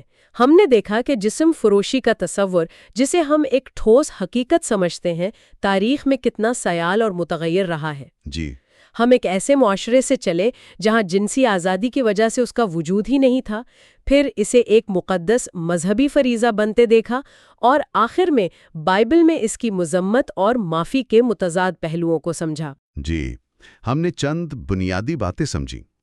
اول، پیشہ ورانہ جسم فروشی کا جنم دو تصورات سے جڑا ہے: کنوارپن کی ملکیت اور شادی کا ادارہ۔ صحیح۔ دوم، مذہب نے اس میں دوہرا کردار ادا کیا، کبھی اسے مقدس بنایا اور کبھی جنسی خواہشات کو چھپانے کے لیے ایک پردے کا کام کیا۔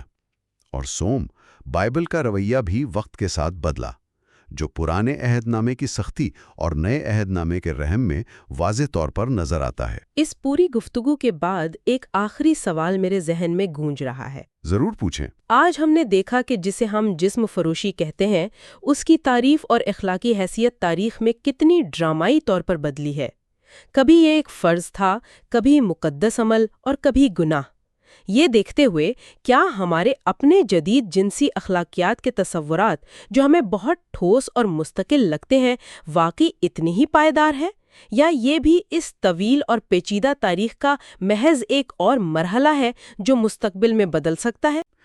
کتاب کا نواں باب ہے تہذیب کے تحت جسم فروشی کی ترقی۔ یہ ہمیں سیدھا قدیم دنیا میں لے جاتا ہے۔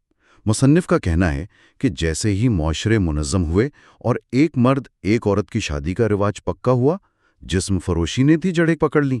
یہ بات تھوڑی عجیب لگتی ہے نا؟ یہ ایک بہت اہم نقطہ ہے، کیونکہ کتاب یہ بتاتی ہے کہ دونوں چیزیں ساتھ ساتھ چلیں۔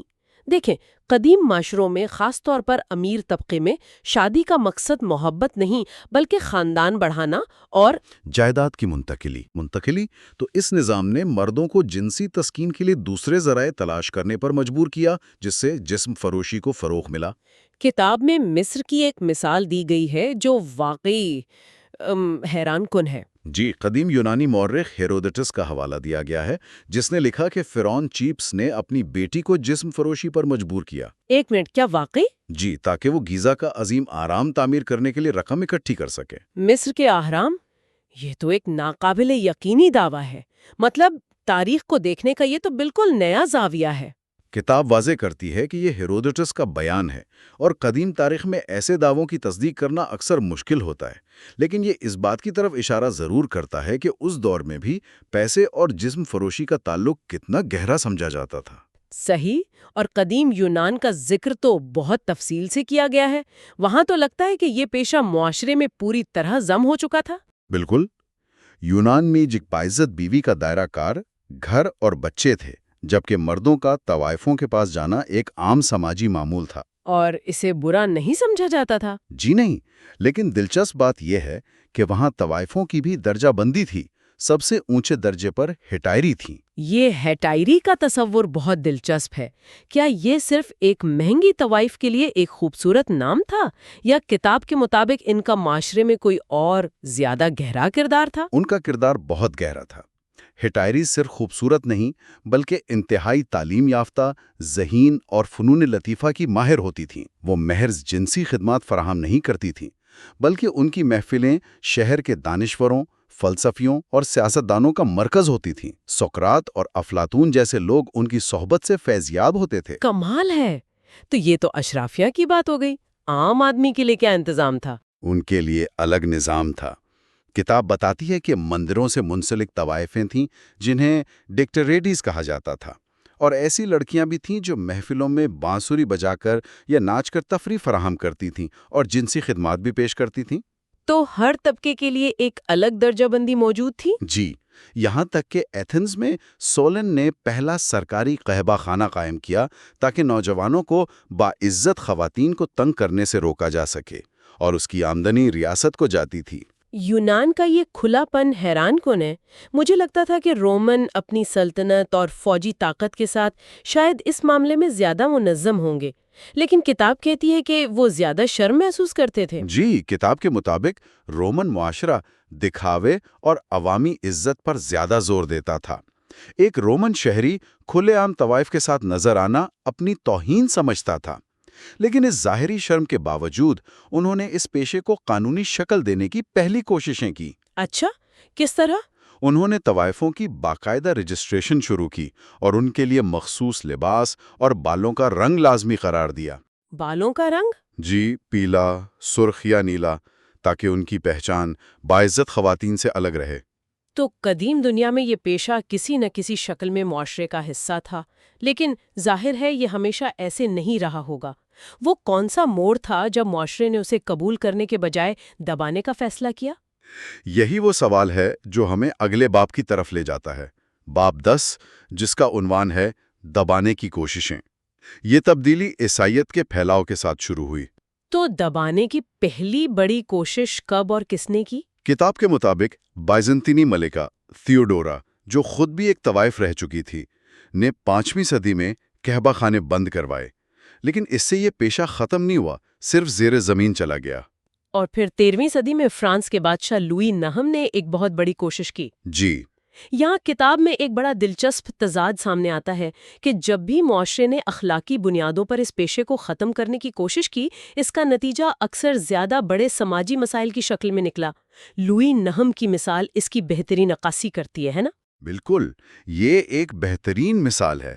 1254 میں لوئی نے حکم دیا کہ تمام طوائفوں اور ان کے دلالوں کو ملک سے نکال دیا جائے۔ اور اس کا نتیجہ؟ ایک سماجی تباہی کی صورت میں نکلا۔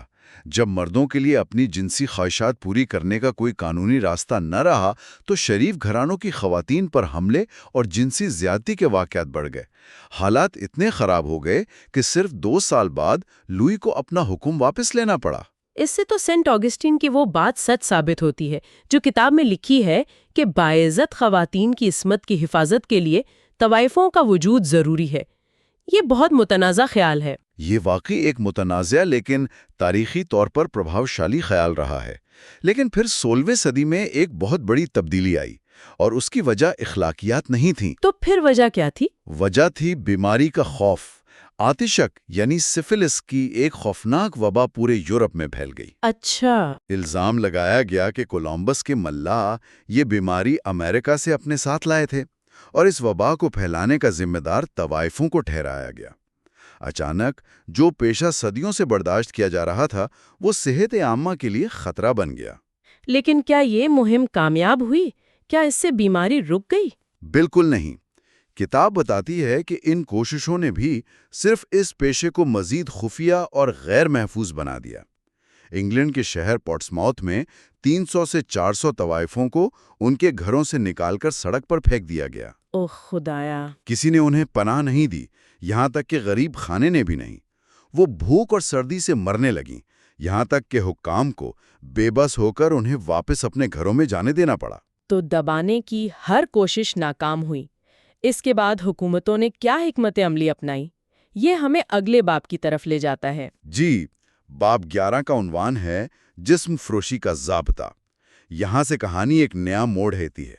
جب حکومتیں یہ سمجھ گئیں کہ اس پیشے کو ختم کرنا ناممکن ہے تو انہوں نے سوچا کہ اسے کنٹرول یا ریگولیٹ کیا جائے۔ اور اس کی سب سے بڑی وجہ پھر سے صحت عامہ ہی بنی؟ بالکل۔ 18ویں صدی میں برلن میں قانون بنا کہ تمام طوائفوں کا باقاعدگی سے طبی معائنہ کیا جائے، لیکن پہلا جامع نظام نیپولین نے 1802 میں پیرس میں متعارف کرایا۔ اور انگلینڈ کا تجربہ سب سے زیادہ متنازع رہا۔ میں 1864 کے متعدی امراض کی روک تھام کے ایکٹ کی بات کر رہی ہوں۔ جی، یہ قوانین بظاہر فوادیوں کو جنسی بیماریوں سے بچانے کے لیے بنائے گئے تھے۔ قانون کے تحت پولیس کسی بھی عورت کو صرف شبے کی بنیاد پر کہ وہ عام طوائف ہے پکڑ سکتی تھی اور اسے زبردستی طبی معائنے پر مجبور کر سکتی تھی۔ یہ تو بالکل یک طرفہ لگتا ہے۔ کیا کتاب میں اس بات کا کوئی ذکر ہے کہ اس قانون کا دفاع کیسے کیا جاتا تھا؟ میرا مطلب ہے، کیا کسی نے یہ سوال نہیں اٹھایا کہ بیماری تو مرد بھی پھیلا رہے ہیں؟ یہی اس قانون پر سب سے بڑی تنقید تھی۔ منطق صرف یہ تھی کہ فوج ریاست کا ایک قیمتی اثاثہ ہے اور فوجیوں کی صحت کی حفاظت ضروری ہے۔ عورتوں کے حقوق کو مکمل طور پر نظر انداز کر دیا گیا۔ اور یہ رضاکارانہ عرضی کیا تھی؟ سادہ لباس میں پولیس اہلکار کسی بھی غریب لڑکی کو ڈرا دھمکا کر ایک کاغذ پر دستخط کروا لیتے، جس کا مطلب ہوتا تھا کہ وہ تسلیم کر رہی ہے کہ وہ طوائف ہے اور اب اسے ہر ہفتے معائنے کے لیے آنا پڑے گا۔ یعنی علاج کے نام پر قید، یہ تو سزا لگتی ہے۔ بالکل، اور اسی وجہ سے اس پر شدید تنقید ہوئی۔ بہت سی معصوم اور غریب لڑکیوں کو جو طوائف نہیں تھیں اس نظام نے ہراساں کیا اور ان کی زندگیاں برباد کر دیں۔ تو اس ظالمانہ نظام کا خاتمہ کیسے ہوا؟ اس کے خلاف ایک طویل اور زبردست مہم چلائی گئی، جس کی قیادت جوزفین بٹلر اور فلورنس نائٹنگیل جیسی بااثر خواتین کر رہی تھیں۔ 20 سال کی جدوجہد کے بعد آخرکار 1886 میں ان قوانین کو منسوخ کر دیا گیا۔ تو اس پوری تاریخ سے یہ واضح ہوتا ہے کہ قانونی طوائفوں کے علاوہ بھی ایک طبقہ ہمیشہ موجود رہا ہے۔ کتاب کا آخری باب اسی موضوع پر ہے۔ جی، باب 12 رکھیلیں اور داشتائیں۔ یہ ایک ایسے طبقے کی بات کرتا ہے جو قانونی طور پر طوائف نہیں، لیکن ان کے اور طوائفوں کے درمیان لکیر بہت دھندلی ہے۔ قدیم زمانے میں رکھیل رکھنا کوئی شرم کی بات نہیں تھی۔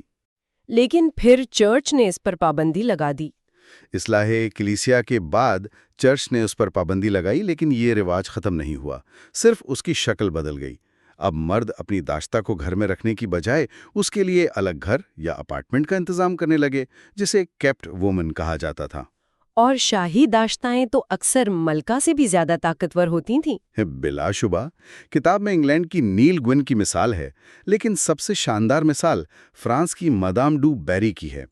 وہ ایک غریب گھرانے سے تھی، لیکن اپنی خوبصورتی اور چالاکی کی بدولت بادشاہ لوئی 15 کی داشتہ بن گئی۔ اور اس نے فرانس پر حکومت کی؟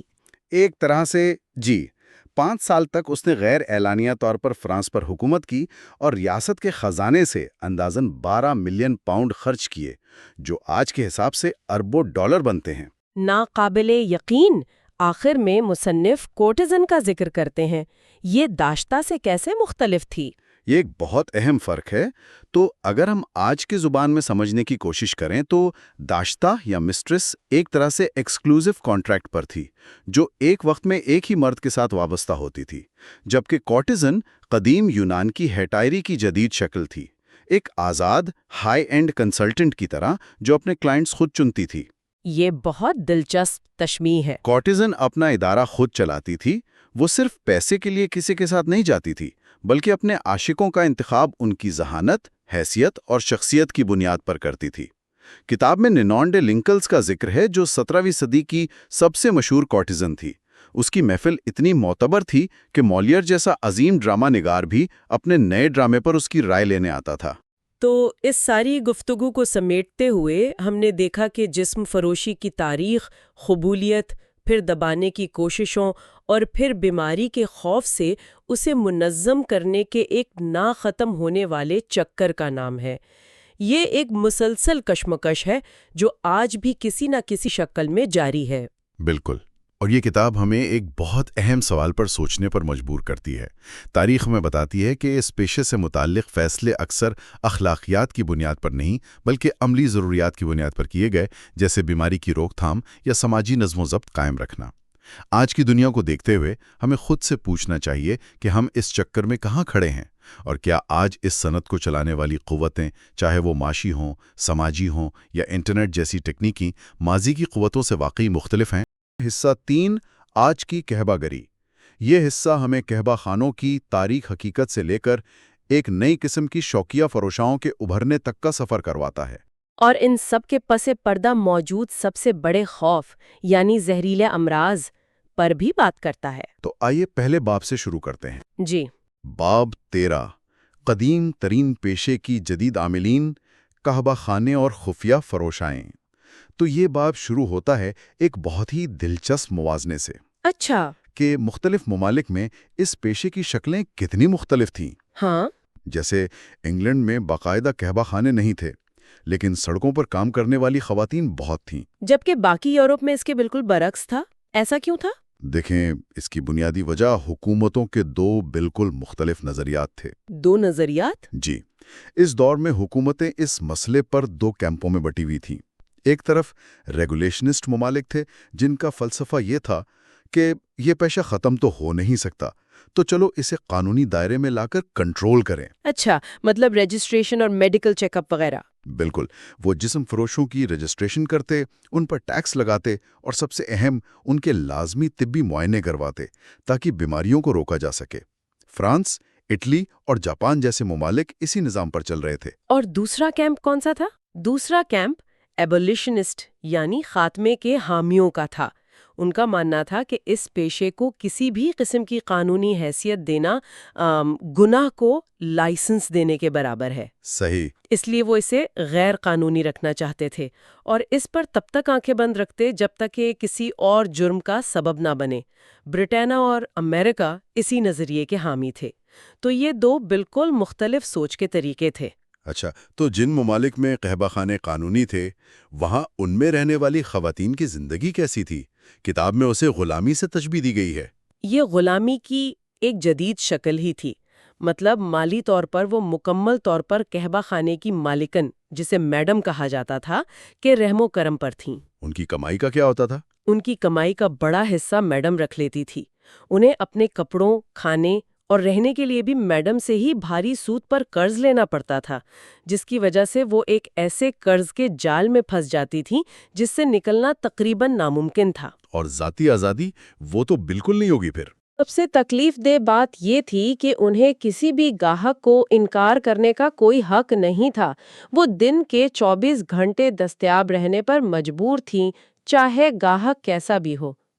یہ تو واقعی قید ہے۔ جی، اس کے برعکس کتاب میں پیرس جیسی جگہوں پر ملاقات کے گھروں یعنی ہاؤسز آف ایسگنیشن کا بھی ذکر ہے، جو تھوڑے مختلف تھے۔ وہ کیسے مختلف تھے؟ وہاں خواتین نسبتاً زیادہ آزاد تھیں۔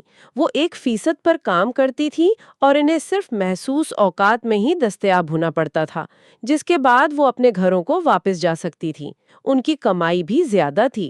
لیکن پھر کتاب ایک اور بہت بڑی تعداد کا ذکر کرتی ہے، خفیہ یا غیر رجسٹرڈ جسم فروشوں کا، اور یہ دعویٰ تو حیران کن ہے کہ ان کی تعداد رجسٹرڈ خواتین سے 10 گنا زیادہ تھی۔ 10 گنا؟ جی، 10 گنا۔ اس کا مطلب تو یہ ہوا کہ حکومت جس چیز کو کنٹرول کرنے کا دعویٰ کر رہی تھی، اس کا صرف 10% ہی اس کی نظر میں تھا۔ بالکل، اور یہ اعداد و شمار اس نظام کی ناکامی کا منہ بولتا ثبوت ہے۔ خواتین رجسٹریشن سے اس لیے بھاگتی تھیں کیونکہ وہ اپنے اوپر ایک سرکاری ٹھپا نہیں لگوانا چاہتی تھیں۔ صحیح، ایک لیبل لگ جاتا تھا۔ جی، وہ باقاعدہ طبی معائنے کی تذلیل سے بچنا چاہتی تھیں، اور سب سے بڑھ کر وہ مستقبل میں ایک عام زندگی گزارنے، شادی کرنے یا کوئی اور کام کرنے کی امید زندہ رکھنا چاہتی تھیں۔ تو ان کی اصل تعداد کا اندازہ لگانا بھی ناممکن ہوگا پھر۔ جی، بالکل ناممکن تھا۔ ان کی تعداد معاشی حالات کے ساتھ گھٹتی بڑھتی تھی۔ جب خوشحالی ہوتی تو تعداد بڑھ جاتی، اور جب جنگ یا بحران ہوتا تو بھی۔ اچھا، یہاں ایک بات تو بالکل ناقابل یقین لکھی، اور وہ ہے کمارہ پن کی اہمیت۔ مجھے جان کر حیرت ہوئی کہ گاہک اس کے لیے اتنی زیادہ قیمت دینے کو تیار تھے۔ جی، یہ واقعی حیران کن ہے۔ اس کی 2 بڑی وجوہات تھیں۔ پہلی وجہ بیماری کا شدید خوف تھا۔ اچھا۔ گاہکوں کا ماننا تھا کہ ایک کنواری لڑکی سے بیماری لگنے کا خطرہ 0 ہوتا ہے، تو یہ ایک طرح کی صحت کی ضمانت تھی۔ اور دوسری وجہ؟ دوسری وجہ ایک نفسیاتی پہلو تھا۔ کچھ مردوں کے لیے یہ ایک فتح یا شادی جیسا تجربہ حاصل کرنے کے مترادف تھا۔ اسی وجہ سے قہبہ خانوں میں کنواری لڑکی کی پہلی رات کی قیمت آسمان سے باتیں کرتی تھیں۔ اور اس کی وجہ سے دھوکہ دہی بھی ہوتی ہوگی پھر۔ بہت زیادہ۔ کتاب میں کنوارپن کا دکھاوا کرنے کے ایسے عجیب و غریب طریقوں کا ذکر ہے کہ یقین نہیں آتا۔ مثلاً پھٹکری جیسے کیمیکل محلول استعمال کیے جاتے تھے تاکہ جسمانی تنگی کا احساس دلایا جا سکے۔ ماہواری کا خون یا کبوتر کا خون استعمال ہوتا تھا، یہاں تک کہ جونکوں کے استعمال اور چھوٹی موٹی سرجری کا بھی ذکر ملتا ہے۔ باپ رے، یہ تو ایک پوری انڈسٹری تھی۔ جی، یہ اس مانگ کی شدت کو ظاہر کرتا ہے۔ تو باب 13 ہمیں پیشہ ور خواتین کی ایک ایسی دنیا دکھاتا ہے جو مکمل طور پر استحصال، کنٹرول اور دھوکے پر مبنی تھی۔ جی، اور یہیں سے ایک دلچسپ موڑ آتا ہے۔ جس وقت معاشرہ ان پیشہ ور خواتین کو قانون کے ذریعے کنٹرول کرنے کی کوشش کر رہا تھا، عین اسی وقت ایک بالکل نئی قسم کی عورت سامنے آ رہی تھی۔ قدیم ترین پیشے کی جدید عاملین، جاری شوقیہ فروشائیں۔ یہاں شوقیہ یا ایمیچور سے کیا مراد ہے؟ شوقیہ سے مراد وہ خواتین ہیں جو اپنی بنیادی آمدنی کو بڑھانے کے لیے کبھی کبھار جسم فروشی کرتی ہیں۔ وہ خود کو پیشہ ور نہیں سمجھتی۔ اچھا، جیسے پارٹ ٹائم کام۔ جی، آپ کہہ سکتے ہیں۔ تاریخی طور پر دکانوں پر کام کرنے والی لڑکیاں یا اداکارائیں اپنی کم تنخواہوں کی وجہ سے ایسا کرتی تھیں۔ لیکن کتاب کا کہنا ہے کہ 20ویں صدی کے اوائل میں یہ رجحان اچانک بہت زیادہ بڑھ گیا، حالانکہ اس وقت خواتین کی تنخواہیں پہلے سے بہتر ہو رہی تھیں۔ تو پھر ایسا کیوں ہوا؟ یہ صرف غربت کی کہانی نہیں لگتی۔ بالکل، کتاب اس کی وجہ غربت سے زیادہ ایک نئی ثقافتی تبدیلی کو قرار دیتی ہے۔ اس کی سب سے بڑی وجہ مہنگے کپڑوں، اچھے ریستورانوں میں جانے اور ایک پرتیز زندگی گزارنے کی خواہش تھی۔ تو یہ ایک لائف سٹائل کا معاملہ تھا۔ جی، اشتہارات اور فلموں نے ایک ایسا لائف سٹائل دکھانا شروع کر دیا تھا جو عام تنخواہ میں ممکن نہیں تھا، اور کچھ خواتین نے اسے حاصل کرنے کے لیے یہ راستہ اپنایا۔ اس کے علاوہ بھی کوئی سماجی وجوہات تھیں؟ جی، کئی تھیں۔ خواتین کی بڑھتی ہوئی آزادی، والدین کے کنٹرول میں کمی، اور ایک نئی بناوٹی ذہانت یعنی سوفسٹیکیشن کا کلچر۔ کتاب کا لہجہ یہاں کافی تنقیدی لگتا ہے۔ وہ کیسے؟ وہ کہتی ہے کہ نوجوان لڑکیاں خود کو بہت سمجھدار اور دنیا دار سمجھنے لگی تھیں، جبکہ ان کا علم سطحی تھا۔ وہ خطرات کو کم سمجھتی تھیں۔ کنوارا پن کو ایک پرانی اور دقیانوسی سوچ سمجھا جانے لگا۔ کتاب میں ایک بہت متنازع دلیل بھی دی گئی ہے کہ جب خواتین نے کام کی جگہ پر مردوں سے مقابلہ کرنا شروع کیا تو اخلاقی معیار گرا۔ جی، مصنف کا نقطہ نظر یہی ہے۔ وہ کہتا ہے کہ جب شادی زندگی کا واحد مقصد نہ رہی اور خواتین معاشی طور پر خود مختار ہونے لگیں تو انہوں نے شادی سے پہلے اچھا وقت گزارنے کا سوچنا شروع کر دیا۔ اور اس کا نتیجہ یہ نکلا کہ پیشہ ور جسم فروشوں کا کام مشکل ہو گیا۔ بالکل، ان کے لیے مقابلہ بہت سخت ہو گیا۔ مرد اب شوقیہ خواتین کو ترجیح دینے لگے تھے۔ اور اس ترجیح کی کیا وجوہات بتائی گئی ہیں؟ کتاب 3 بڑی وجوہات بتاتی ہے۔ پہلی، یہ سستا تھا۔ اکثر ایک ڈرنک یا کسی چھوٹے سے تحفے کے بدلے میں ہی بات بن جاتی تھی۔ اچھا، دوسری اور سب سے اہم وجہ یہ تھی کہ مردوں کو لگتا تھا کہ شوقیہ خواتین سے زہریلے امراض لگنے کا خطرہ بہت کم ہوتا ہے۔ یعنی وہ انہیں محفوظ سمجھتے تھے۔ جی، اور تیسری وجہ یہ تھی کہ مرد ایسی عورت کو ترجیح دیتے تھے جس کا ماضی بہت سے مردوں سے نہ جڑا ہو۔ تو یہ محفوظ ہونے کا تصور بہت اہم تھا، حالانکہ شاید یہ غلط فہمی پر مبنی ہو۔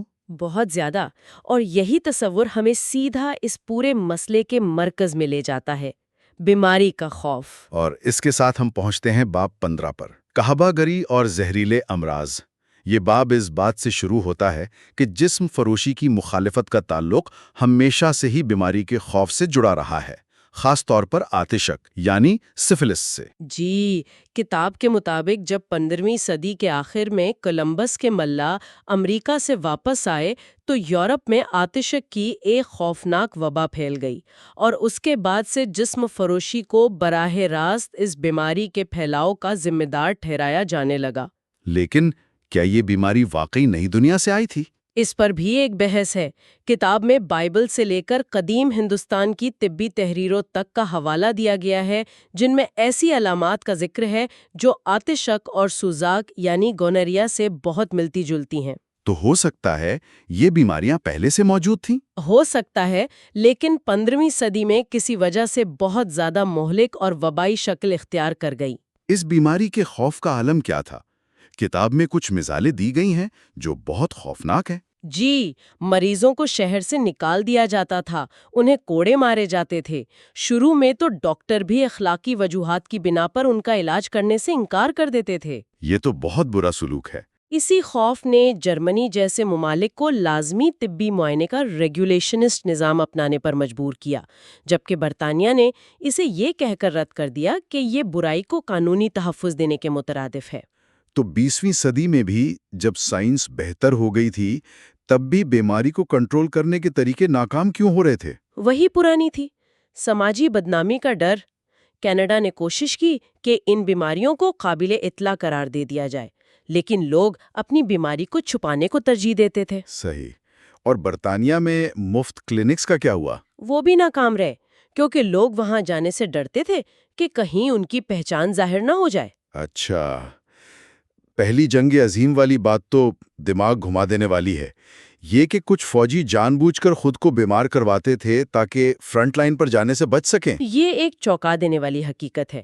اس سے یہ سوال پیدا ہوتا ہے کہ حفاظتی تدابیر کتنی مؤثر ہو سکتی ہیں اگر لوگ خود ہی بیماری سے بچنا نہ چاہیں۔ اگر موت کا خوف بیماری کے خوف سے بڑا ہو۔ بالکل، یہ انسانی نفسیات کی ایک تاریک مثال ہے۔ اور پھر یہ باب اپنے سب سے حیران کن دعوے پر آتا ہے۔ سوال یہ ہے کہ کیا جسم فروش خواتین میں بیماری زیادہ عام ہے؟ کتاب کا جواب عام سوچ کے بالکل الٹ ہے۔ بالکل، کتاب کا دعویٰ ہے کہ یہ ایک بہت بڑی غلط فہمی ہے۔ اس کے مطابق ایک تجربہ کار پیشہ ور خاتون، وہ اکثر ایک شوقیہ لڑکی یا یہاں تک کہ ایک عام شادی شدہ عورت سے بھی زیادہ محتاط ہوتی ہے۔ وہ کیسے؟ یہ تو الٹی بات لگتی ہے۔ اس کی وجہ یہ ہے کہ اس خاتون کے لیے اس کا جسم اس کا ذریعہ معاش ہے۔ وہ اس کی حفاظت کرنا جانتی ہے، وہ کونڈوم کے استعمال پر اصرار کرتی ہے، وہ اپنے ذاتی حفاظتی طریقے استعمال کرتی ہے۔ جبکہ شوقیہ لڑکی شاید ان چیزوں کو نظر انداز کر دے۔ جی، وہ جوش اور رومانس میں احتیاط کو نظر انداز کر سکتی ہے۔ کتاب یہ بھی کہتی ہے کہ وقت کے ساتھ ساتھ پیشہ ور خواتین میں ان بیماریوں کے خلاف کچھ حد تک قدرتی مدافعت بھی پیدا ہو سکتی ہے۔ یہ تو واقعی ایک بالکل مختلف تصویر ہے۔ آخر میں یہ باب شرح پیدائش کی کمی پر بھی بات کرتا ہے۔ جی، کتاب اس کی 3 وجوہات بتاتی ہے: مانع حمل طریقوں کا وسیع استعمال، اسقاط حمل کا سہارا لینا، اور تیسری وجہ طویل عرصے تک سوزاک جیسی بیماریوں کا شکار رہنے کی وجہ سے پیدا ہونے والا بانجھ پن۔ تو یہ تھا اس کتاب کے حصہ 3 کا ایک تفصیلی جائزہ۔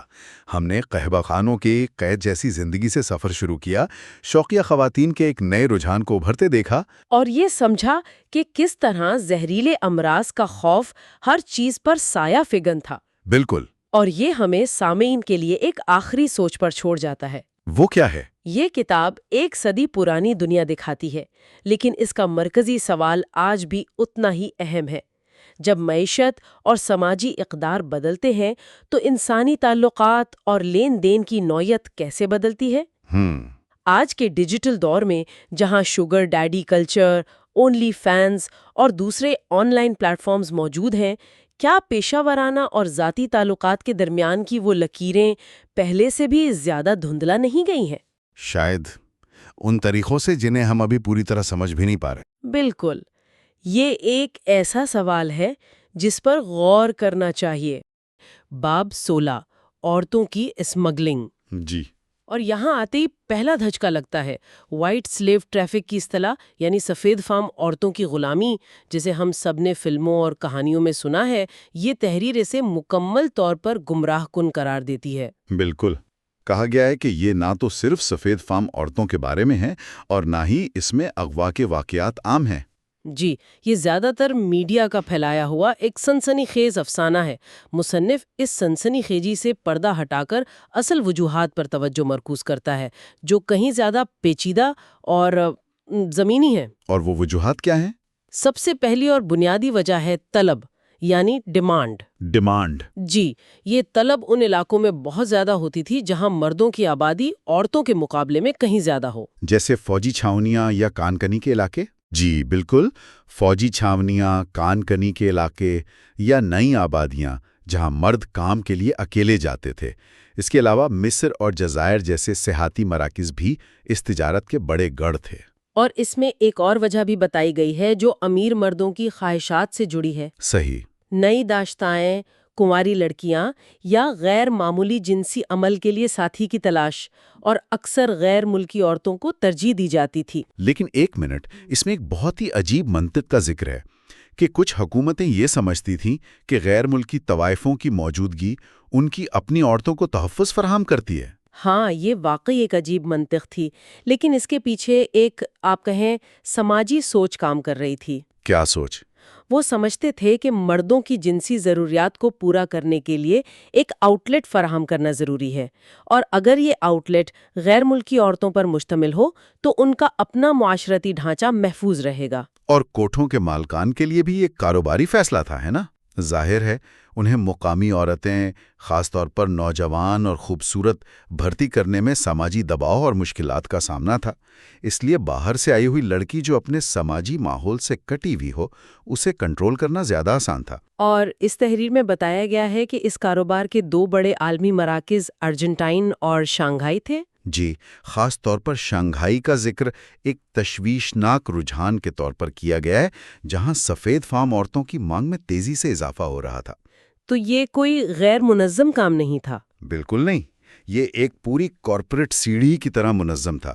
سب سے نچلی سطح پر سوٹینئر یعنی دلال تھے، جو گلیوں میں ٹیلنٹ سکاؤٹ کی طرح نئی لڑکیاں ڈھونڈتے تھے۔ اچھا۔ ان کے اوپر میڈم تھیں، جو سمجھے کہ مڈل مینیجر تھیں، روزمرہ کے معاملات اور کوٹھے کا انتظام دیکھتی تھیں۔ اور سب سے اوپر؟ سب سے اوپر وہ سرمایہ کار مالکان تھے، جن کا پیسہ لگا تھا، جو کبھی سامنے نہیں آتے تھے، صرف منافع کماتے تھے۔ یہ ایک مکمل سپلائی چین تھی۔ تو پھر بھرتی کے طریقے کیا تھے؟ اگر اغوا عام نہیں تھا تو یہ لڑکیاں اس جال میں پھنستی کیسے تھیں؟ یہاں بھی حقیقت فلموں سے بہت مختلف ہے۔ یہ تحریر دعویٰ کرتی ہے کہ زیادہ تر لڑکیاں پہلے سے ہی اپنے ملک میں جسم فروشی کے پیشے سے وابستہ ہوتی ہیں۔ اوہ! انہیں ایجنٹ بیرون ملک بہت زیادہ پیسوں اور بہتر زندگی کا لالچ دے کر لے جاتے ہیں۔ اور جو نئی لڑکیاں ہوتی تھیں؟ جو نئی لڑکیاں ہوتی ہیں انہیں مہنگے تحفے، گھومنے پھرنے اور کبھی کبھی جعلی شادی کا جھانسا دیا جاتا ہے۔ تھیٹر اور شوبز کی دنیا میں نام کمانے کی خواہش مند لڑکیاں خاص طور پر آسان ہدف ہوتی تھیں۔ یہاں سے بات واقعی ذہن گھما دیتی ہے۔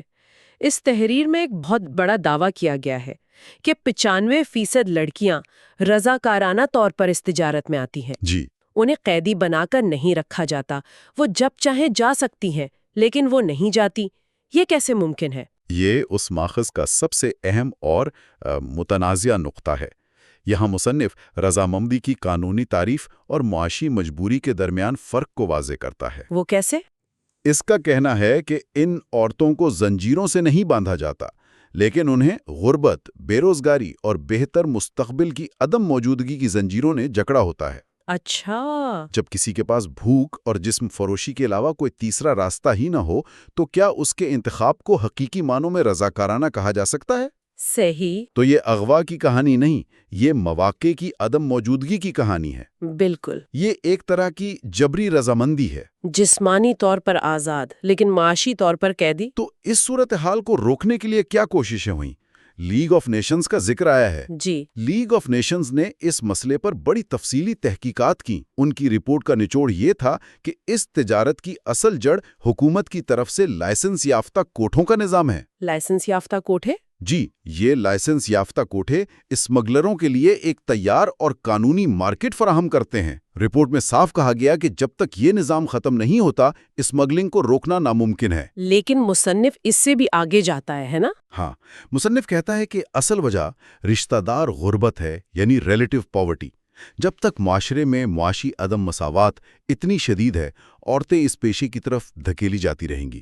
یہ بات کہ لائسنس یافتہ کوٹھے ہی اس تجارت کی جڑ ہے، آج بھی بہت سے ممالک میں ایک بڑی بحث ہے۔ جی، بالکل۔ تو یہ تصویر جو بن رہی ہے وہ معاشی مجبوری کی ہے، جس کا شکار زیادہ تر عورتیں ہوتی ہیں۔ لیکن کیا یہ کہانی صرف عورتوں تک محدود ہے؟ نہیں۔ ماخذ ایک ایسے پہلو کو بھی چھیڑتا ہے جس پر بہت کم بات ہوتی ہے، اور وہ ہے باب 17، مردانہ جسم فروشی۔ یہ موضوع اس لیے بھی اہم ہے کہ عام تاثر یہی ہے کہ جسم فروشی صرف عورتوں سے منسلک ہے، لیکن یہ تحریر واضح کرتی ہے کہ مردانہ جسم فروشی بھی اتنی ہی پرانی روایت ہے۔ کتنی پرانی؟ اس کی جڑیں قدیم یونان اور روم تک جاتی ہیں، جہاں یہ بہت عام تھی، یہاں تک کہ کئی قبائلی معاشروں میں یہ مذہبی رسومات کا حصہ بھی تھیں۔ اچھا۔ بائبل میں بھی مندروں سے وابستہ مرد طوائفوں کا ذکر ملتا ہے، جنہیں قدیشم کہا جاتا تھا۔ ہم جنس پرستی کی جو شدید مذمت کی گئی، اس کی وجہ صرف اخلاقیات نہیں تھیں، تو پھر کیا تھی؟ بلکہ اس وقت کے مخالف مذہبی فرقوں سے سیاسی اور مذہبی نفرت بھی تھی۔ یہ فرقے جیسے بال اور مولک کے پجاری اپنی مذہبی رسومات میں اس طرح کے جنسی عمل کرتے تھے۔ تو یہ ایک طرح کی سیاسی مخالفت تھی جو مذہبی رنگ اختیار کر گئی۔ بالکل، لہٰذا ان کے خلاف نفرت نے ہم جنس پرستی کے خلاف قوانین کو مزید سخت اور ناقابل معافی بنا دیا۔ صحیح۔ اس طرح ہم جنس پرستی کو مذہب دشمنی اور کفر سے جوڑ دیا گیا، اور اس سوچ نے آنے والی صدیوں تک مغربی قوانین اور معاشرتی رویوں پر گہرا اثر ڈالا۔ کتنا گہرا اثر؟ قرون وسطیٰ میں ہم جنس پرستوں اور مرتدوں یعنی دین سے پھر جانے والوں کے لیے اکثر ایک ہی سزا مقرر تھی: زندہ جلا دینا۔ یہ تعلق بہت گہرا اور تاریخی ہے۔ تو یہ تو ہوئی تاریخ، لیکن یہ لوگ کون تھے؟ یعنی مرد طوائف کون تھے اور ان کے گاہک کون ہوتے تھے؟ مصنف گاہکوں کی 3 بنیادی اقسام بیان کرتا ہے۔ پہلی قسم بوڑھے اور نامرد مردوں کی ہے جو عام جنسی عمل سے تحریک حاصل نہیں کر پاتے۔ ٹھیک ہے۔ دوسری قسم حقیقی ہم جنس پرستوں کی ہے، اور تیسری قسم ان لوگوں کی ہے جو غیر معمولی یا ممنوعہ جنسی تجربات کے متلاشی ہوتے ہیں۔ یہاں ایک بات بہت حیران کن ہے۔ تحریر میں لکھا ہے کہ زیادہ تر مرد طوائف خود ہم جنس پرست نہیں ہوتے۔ جی، یہ ایک بہت اہم نقطہ ہے۔ وہ یہ کام صرف پیسے کے لیے کرتے ہیں۔ کیا ماخذ اس نفسیاتی پہلو پر بات کرتا ہے کہ یہ ان کی اپنی شناخت پر کیسے اثر انداز ہوتا ہوگا؟ دیکھیں، ماخذ اس کی نفسیاتی گہرائی میں تو نہیں جاتا، لیکن یہ ضرور واضح کرتا ہے کہ ان کے لیے یہ ایک نوکری تھی۔ ایک نوکری؟ جی، وہ کلائنٹ کی ضرورت کے مطابق فعال یا غیر فعال کردار ادا کرنے کو تیار ہوتے تھے۔ ان کے لیے یہ ذاتی خواہش کا معاملہ نہیں، بلکہ خالصتاً ایک معاشی لین دین تھا۔ شاید یہ تفریق انہیں اپنے کام کو اپنی ذاتی شناخت سے الگ رکھنے میں مدد دیتی ہوگی۔ بالکل۔ مثال ہے؟ جی، قدیم روم کی امیر خواتین کی مثال دی گئی ہے جو اپنے مرد غلاموں کو اس مقصد کے لیے استعمال کرتی تھیں۔ تو یہ واضح ہے کہ جسم فروشی کا دائرہ کار ہماری عمومی سوچ سے کہیں زیادہ وسیع اور متنوع ہے۔ یہ سب سن کر ذہن میں ایک ہی سوال آتا ہے کہ قانون کہاں ہے؟ اگر یہ سب اتنا منظم ہے اور صدیوں سے چل رہا ہے تو اسے روکا کیوں نہیں جاتا؟ یہی تو سب سے بڑا سوال ہے۔ اور یہاں ماخذ قانون کی ایک بہت ہی پیچیدہ اور تضادات سے بھری تصویر دکھاتا ہے۔ ہمارا آخری حصہ ہے باب 18، قانون اور جسم فروشی۔ اور یہاں سب سے بڑا تضاد یہ ہے کہ زیادہ تر مغربی ممالک میں جسم فروشی کا عمل خود ایک جرم نہیں ہے۔ ایک منٹ، کیا مطلب؟ یعنی 2 بالغ افراد کا رضامندی سے جنسی تعلق قائم کرنا، چاہے اس میں پیسے کا لین دین ہی کیوں نہ ہو، بذات خود غیر قانونی نہیں ہے۔ جرم نہیں تو سزا کیوں؟ اس کی وجہ یہ ہے کہ قانون خود اس مسئلے پر بٹا ہوا ہے۔ دنیا میں 2 طرح کے نظام چلتے ہیں۔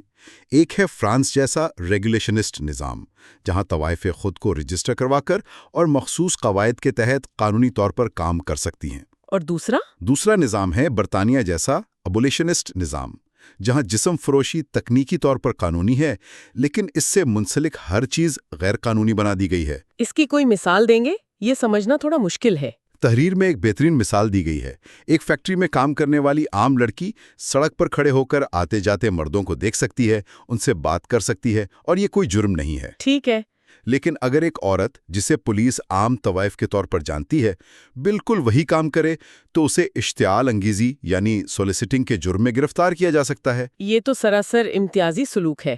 جی، قانون ایک ہی عمل کو ایک شخص کے لیے قانونی اور دوسرے کے لیے غیر قانونی قرار دے رہا ہے، صرف اس کے کردار کی بنیاد پر۔ تو برطانیہ کا قانون دراصل سزا کس کو دینا چاہتا ہے؟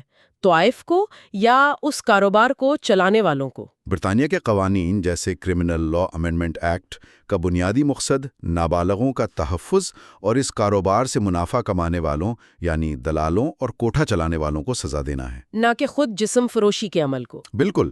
قانون کہتا ہے کہ کسی لڑکی کو جسم فروشی کے لیے ورغلانا، اسے مجبور کرنا یا اس کی کمائی پر زندہ رہنا سنگین جرم ہے۔ لیکن اس قانون سے بچنے کے بھی بہت سے راستے ہوں گے۔ بہت سے کوٹھے اکثر مساج پارلر، ڈانسنگ اکیڈمی یا ٹی شاپ کی آڑ میں کام کرتے ہیں۔ اچھا۔ ان جگہوں پر اصل جنسی عمل نہیں ہوتا، بلکہ صرف ملاقات طے ہوتی ہے، جس سے پولیس کے لیے ثبوت اکٹھا کرنا ممکن ہو جاتا ہے۔ اور دلالوں کا کیا؟ دلالوں کے خلاف کارروائی اس لیے مشکل ہے کہ طوائف خود کبھی ان کے خلاف گواہی نہیں دیتی، کیونکہ وہ اکثر اس پر جذباتی یا معاشی طور پر انحصار کر رہی ہوتی ہے۔ امریکہ کا قانون اس سے کیسے مختلف ہے؟ وہاں کے مین ایکٹ کا ذکر بھی ہے؟ مین ایکٹ ایک بہت دلچسپ قانون ہے۔ اسے بنیادی طور پر بین الاقوامی اسمگلنگ یعنی وائٹ سلیو ٹریفک کو روکنے کے لیے بنایا گیا تھا۔ ٹھیک ہے۔ اس قانون کے تحت کسی عورت کو جنسی مقاصد کے لیے ایک ریاست سے دوسری ریاست لے جانا سنگین جرم ہے، چاہے وہ عورت اپنی پوری رضامندی سے ہی کیوں نہ جا رہی ہو۔ چاہے وہ رضامند بھی ہو؟ جی، اس قانون کا دائرہ کار اتنا وسیع تھا کہ اسے کئی بار ذاتی اور رضامندانہ تعلقات کے خلاف بھی استعمال کیا گیا، جس کی وجہ سے یہ متنازع بھی رہا۔ تو اس سارے قانونی بحث کا نچوڑ کیا ہے؟ اس باب کا بنیادی نتیجہ یہ ہے کہ قانون یک طرفہ اور منافقانہ ہے۔ یہ تقریباً مکمل طور پر عورت کو نشانہ بناتا ہے، اور مرد؟ جبکہ مرد، جو اس عمل کا دوسرا اور برابر کا حصہ دار ہے، یعنی گاہک، وہ اس کے دائرہ کار سے تقریباً مکمل طور پر باہر رہتا ہے۔ قانون اس پورے مسئلے کو عورت کا مسئلہ بنا کر پیش کرتا ہے۔ تو اس سب کا کیا مطلب ہے؟ آج کی اس گہری کھوج میں ہم نے وائٹ سلیو ٹریفک کے افسانے سے پردہ اٹھایا، جی، مردانہ جسم فروشی کی کم جانی پہچانی دنیا کو سمجھا، اور یہ دیکھا کہ قانون کس طرح دوہرا معیار اپناتا ہے اور اکثر عورت ہی کو غیر منصفانہ طور پر نشانہ بناتا ہے۔ اس ماخذ کا حتمی تجزیہ یہی ہے کہ جسم فروشی کوئی سادہ اخلاقی مسئلہ نہیں جیسا کہ عام طور پر سمجھا جاتا ہے، بلکہ ایک پیچیدہ جال ہے۔ بالکل، یہ معاشی طلب، سماجی حالات اور قانونی منافقت کا ایک پیچیدہ جال ہے۔ اس کی بنیاد میں دو چیزیں ہیں، منافع اور غربت۔ جیسا کہ لیگ آف نیشنز کی رپورٹ میں بھی کہا گیا تھا، profit is at the bottom of the business. جب تک اس کاروبار سے بے تحاشا پیسہ کمانے والے موجود ہیں، اور جب تک عورتیں معاشی طور پر اتنی مجبور ہیں جی، کہ ان کے پاس کوئی اور راستہ نہیں، یہ سلسلہ کسی نہ کسی شکل میں جاری رہے گا۔ بالکل، اور یہ ہمیں ایک آخری اور اہم سوچ پر چھوڑ جاتا ہے۔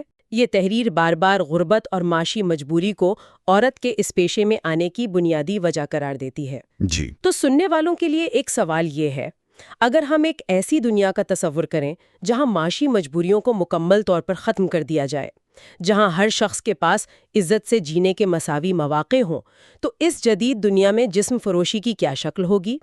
کیا یہ مکمل طور پر ختم ہو جائے گی یا صرف اپنی نوعیت بدل لے گی؟ ہم باب نمبر 19 سے شروع کریں گے، جس کا عنوان ہے ضابطے کے خلاف دلائل۔ اور یہاں مصنف کا پہلا بڑا نقطہ کافی چونکا دینے والا ہے کہ جسم فروشی کو محفوظ بنانے کے لیے بنائے گئے طبی ضابطے دراصل اسے مزید خطرناک بنا سکتے ہیں۔ یہ تو بالکل الٹی بات لگتی ہے، اس کی کیا وجہ بتائی گئی ہے؟ جی، یہ واقعی ایک الٹی منطق لگتی ہے، لیکن مصنف اس کے پیچھے آپ دیکھیں ٹھوس وجوہات دیتا ہے۔ سب سے بڑی دلیل جو ضابطے کے حق میں دی جاتی ہے وہ صحت عامہ کی ہے، جی، کہ اس سے جنسی بیماریوں کا پھیلاؤ رکے گا۔ لیکن عملی طور پر یہ نظام کئی وجوہات کی بنا پر ناکام ثابت ہوا ہے۔ پہلی اور سب سے بنیادی وجہ اخلاقیات کا دوہرا معیار ہے۔ طبی معائنہ صرف عورت کا ہوتا ہے، جبکہ بیمار مرد کو مکمل طور پر نظر انداز کر دیا جاتا ہے۔ لیکن ایک منٹ، اس کے پیچھے سوچ تو یہی ہوگی نا کہ اگر طوائفیں بیماری سے پاک ہوں گی تو مرد بھی محفوظ رہیں گے۔ اس میں کیا خامی ہے؟ خامی یہ ہے کہ یہ ایک بہت بڑی غلط فہمی پر مبنی ہے۔ مصنف کا کہنا ہے کہ مردوں میں جنسی بیماریوں کا ایک بڑا حصہ پیشہ ور طوائفوں سے نہیں بلکہ شوقیہ یعنی غیر رجسٹرڈ خواتین سے منتقل ہوتا ہے۔ اچھا، یہ وہ خواتین ہیں جو کسی بھی قانون یا ضابطے کے دائرے کار میں نہیں آتیں، تو آپ ایک چھوٹے سے حصے کو کنٹرول کرنے کی کوشش کر رہے ہیں، جبکہ بیماری کا ایک بڑا ذریعہ آپ کی پہنچ سے بالکل باہر ہے۔ اچھا، تو آپ ایک تالاب کے صرف ایک کونے کو صاف کر رہے ہیں جبکہ باقی سارا تالاب گندا ہے۔ یہ بات سمجھ میں آتی ہے۔ اس سلسلے میں مصنف نے پیرس میں ہونے والے معائنے کی ایک مثال دی ہے، جسے ابراہم فلیکسنر نے بیان کیا۔ جی، صرف 15 سے 20 سیکنڈ ایک معائنے کے لیے؟ یہ تو ناقابل یقین ہے۔ مطلب یہ تو صرف خانہ پوری ہوئی نا؟ بالکل، یہ صرف خانہ پوری ہے، اور یہ سطحی معائنہ ہی اس نظام کی ناکامی کی جڑ ہے۔ اتنے مختصر وقت میں جنسی بیماریوں، خاص طور پر وہ جو اندر چھپی ہوں، ان کا پتہ لگانا ناممکن ہے۔ اس سے بھی بڑھ کر خواتین کے لیے سوزاک جیسی بیماری کے ثبوت کو عارضی طور پر چھپانا بہت آسان ہوتا ہے، مثال کے طور پر معائنے سے کچھ دیر پہلے اندام نہانی کو صاف کر کے۔ یہ تو بہت خطرناک ہے، اور اس سے بھی زیادہ خوفناک ایک اور پہلو کی طرف اشارہ کیا گیا ہے کہ یہ نظام خود بیماری پھیلانے کا سبب بن سکتا ہے۔ جی، آپ شاید معائنے کے آلات کے ذریعے بیماری کے پھیلاؤ کی بات کر رہے ہیں۔ بالکل،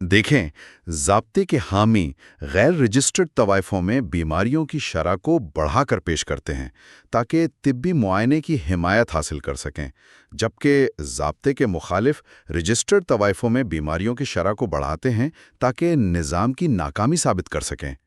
یہ بات ہضم کرنا تھوڑا مشکل ہے۔ کیا مصنف اس دعوے کی حمایت میں کوئی ٹھوس دلیل پیش کرتا ہے؟ کیونکہ بغیر ثبوت کے یہ صرف ایک اشتعال انگیز بیان لگتا ہے کہ بیماری کا خوف بڑھا چڑھا کر پیش کیا گیا ہے۔ دلیل یہ ہے کہ اعداد و شمار کو ہمیشہ توڑ مڑوڑ کر پیش کیا جاتا ہے، لیکن اس سے بھی آگے بڑھ کر مصنف ایک چونکا دینے والا دعویٰ کرتا ہے کہ آج کل عام پرومسکیوس خواتین جیسے دکاندار لڑکیاں یا ٹائپسٹ، اچھا، ان میں شاید جنسی بیماریوں کی شرح پیشہ ور طوائفوں سے زیادہ ہو۔ اس کی وجہ یہ ہے کہ طوائفیں وقت کے ساتھ زیادہ محتاط ہو جاتی ہیں اور احتیاطی تدابیر اختیار کرتی ہیں، جبکہ شوقیہ خواتین لاپرواہی برت سکتی ہیں۔ اور مواد میں مدافعت پیدا ہونے کا بھی ذکر ہے۔ یہ کیا معاملہ ہے؟ جی، ایک اور اہم نقطہ یہ ہے کہ بہت سی طوائفیں آتشک جیسی بیماریوں کے خلاف ایک قسم کے آپ کہہ لیں مدافعت پیدا کر لیتی ہیں، بار بار انفیکشن کا سامنا کرنے کی وجہ سے۔ مزید یہ کہ جنسی بیماریاں عورتوں میں مردوں کے مقابلے میں کم شدید علامات پیدا کرتی ہیں۔ اور ایک آخری نقطہ جسے اکثر نظر انداز کر دیا جاتا ہے، طوائفیں بچے پیدا کرنے کے خطرات اور تکلیف سے بچی رہتی ہیں، جو ایک غریب شادی شدہ عورت کو ہر سال درپیش ہوتے ہیں۔ بالکل۔ اس سلسلے میں مصنف نے ایکٹن کا ایک قول بھی نقل کیا ہے جو اس پوری بحث کا نچوڑ ہے۔ جی، ایکٹن کا قول ہے کہ 35 سال کی ایک طوائف کی صحت کا موازنہ اگر اس کی شادی شدہ بہن سے کیا جائے جو خاندان اور محنت کی ذمہ داریوں کے بوجھ تلے دبی ہے، تو طوائف کی صحت زیادہ خراب نہیں ہوتی۔ واہ! یہ ظاہر کرتا ہے کہ جو تصویر ہمارے ذہنوں میں بنائی گئی ہے وہ حقیقت سے بہت مختلف ہو سکتی ہے۔ اچھا، تو اگر طبی ضابطے ناکام ہیں اور طوائفوں کی صحت اور زندگی کے بارے میں ہمارے خیالات بھی غلط ہیں، تو اس سب کا اس پیشے کے مستقبل پر کیا اثر پڑتا ہے؟ مصنف اسی سوال کا جواب اگلے حصے میں دیتا ہے، جو ہے باب 21، جسم فروشی کا مستقبل۔ جی، مصنف کا مرکزی نقطہ یہ ہے کہ پیشہ ورانہ جسم فروشی میں کمی آ رہی ہے۔ جی، سڑکوں پر اور قہوہ خانوں میں طوائفوں کی تعداد پہلے سے کم ہے، لیکن اس کمی کی وجوہات وہ نہیں ہیں جو عام طور پر سمجھی جاتی ہیں۔ ایسا نہیں ہے کہ دنیا زیادہ با اخلاق ہو گئی ہے۔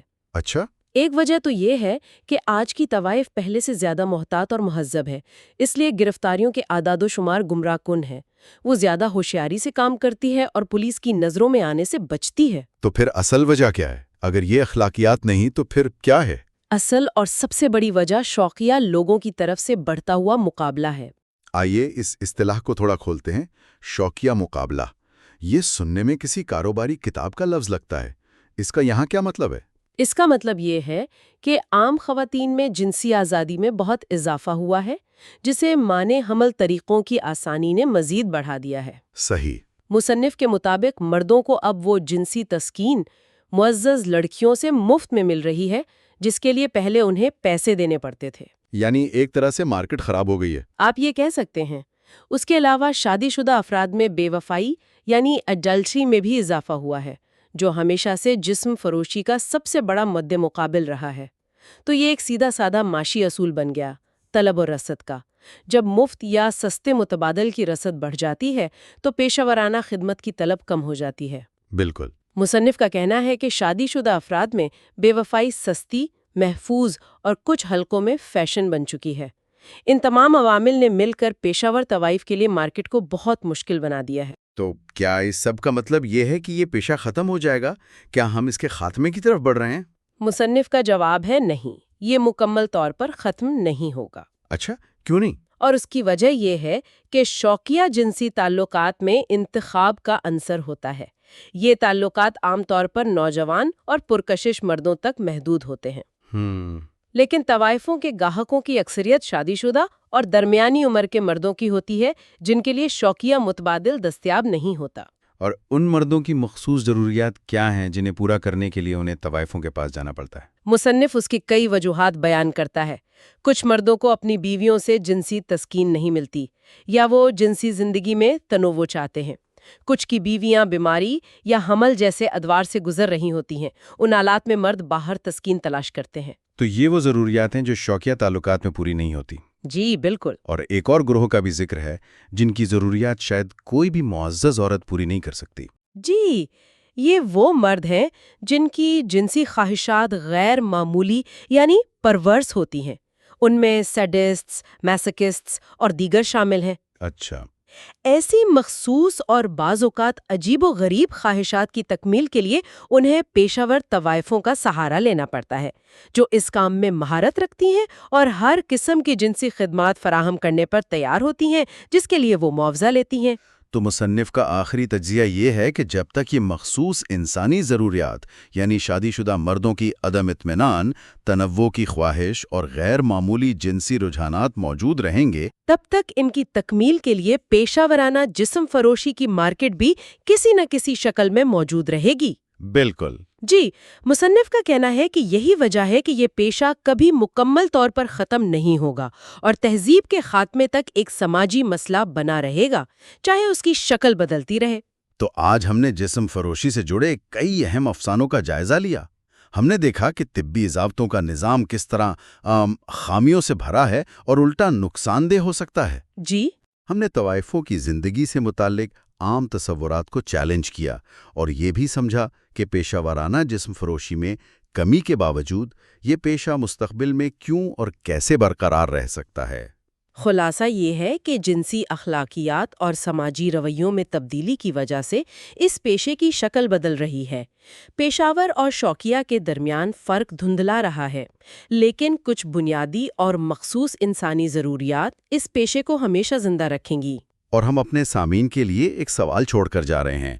جیسا کہ اس مواد میں بار بار اشارہ دیا گیا ہے کہ شوقیہ اور پیشہ ور کے درمیان لکیر مٹ رہی ہے، تو کیا مستقبل میں معاشرے کو خود جسم فروشی کی تعریف پر نظر ثانی کرنے کی ضرورت پیش آ سکتی ہے؟ اس پر ضرور سوچیے گا۔ اچھا، تو دوستو، بس یہ تھی آج کی ویڈیو۔ یہاں پہ اب اس کا اختتام کرتے ہیں۔ اگر آپ کو یہ ویڈیو پسند آئی ہو تو لائک ضرور کریں، اپنے دوستوں کے ساتھ شیئر کریں اور علم کا ساتھی کو سبسکرائب کرنا نہ بھولیں۔ تعلیم کا آپ کا ہم سفر۔ نئے ویڈیوز کے لیے بیل آئیکن بھی دبا دیں تاکہ کوئی بھی علم بھری بات آپ تک سب سے پہلے پہنچے۔ ملتے ہیں اگلے ویڈیو میں، تب تک کے لیے اللہ حافظ۔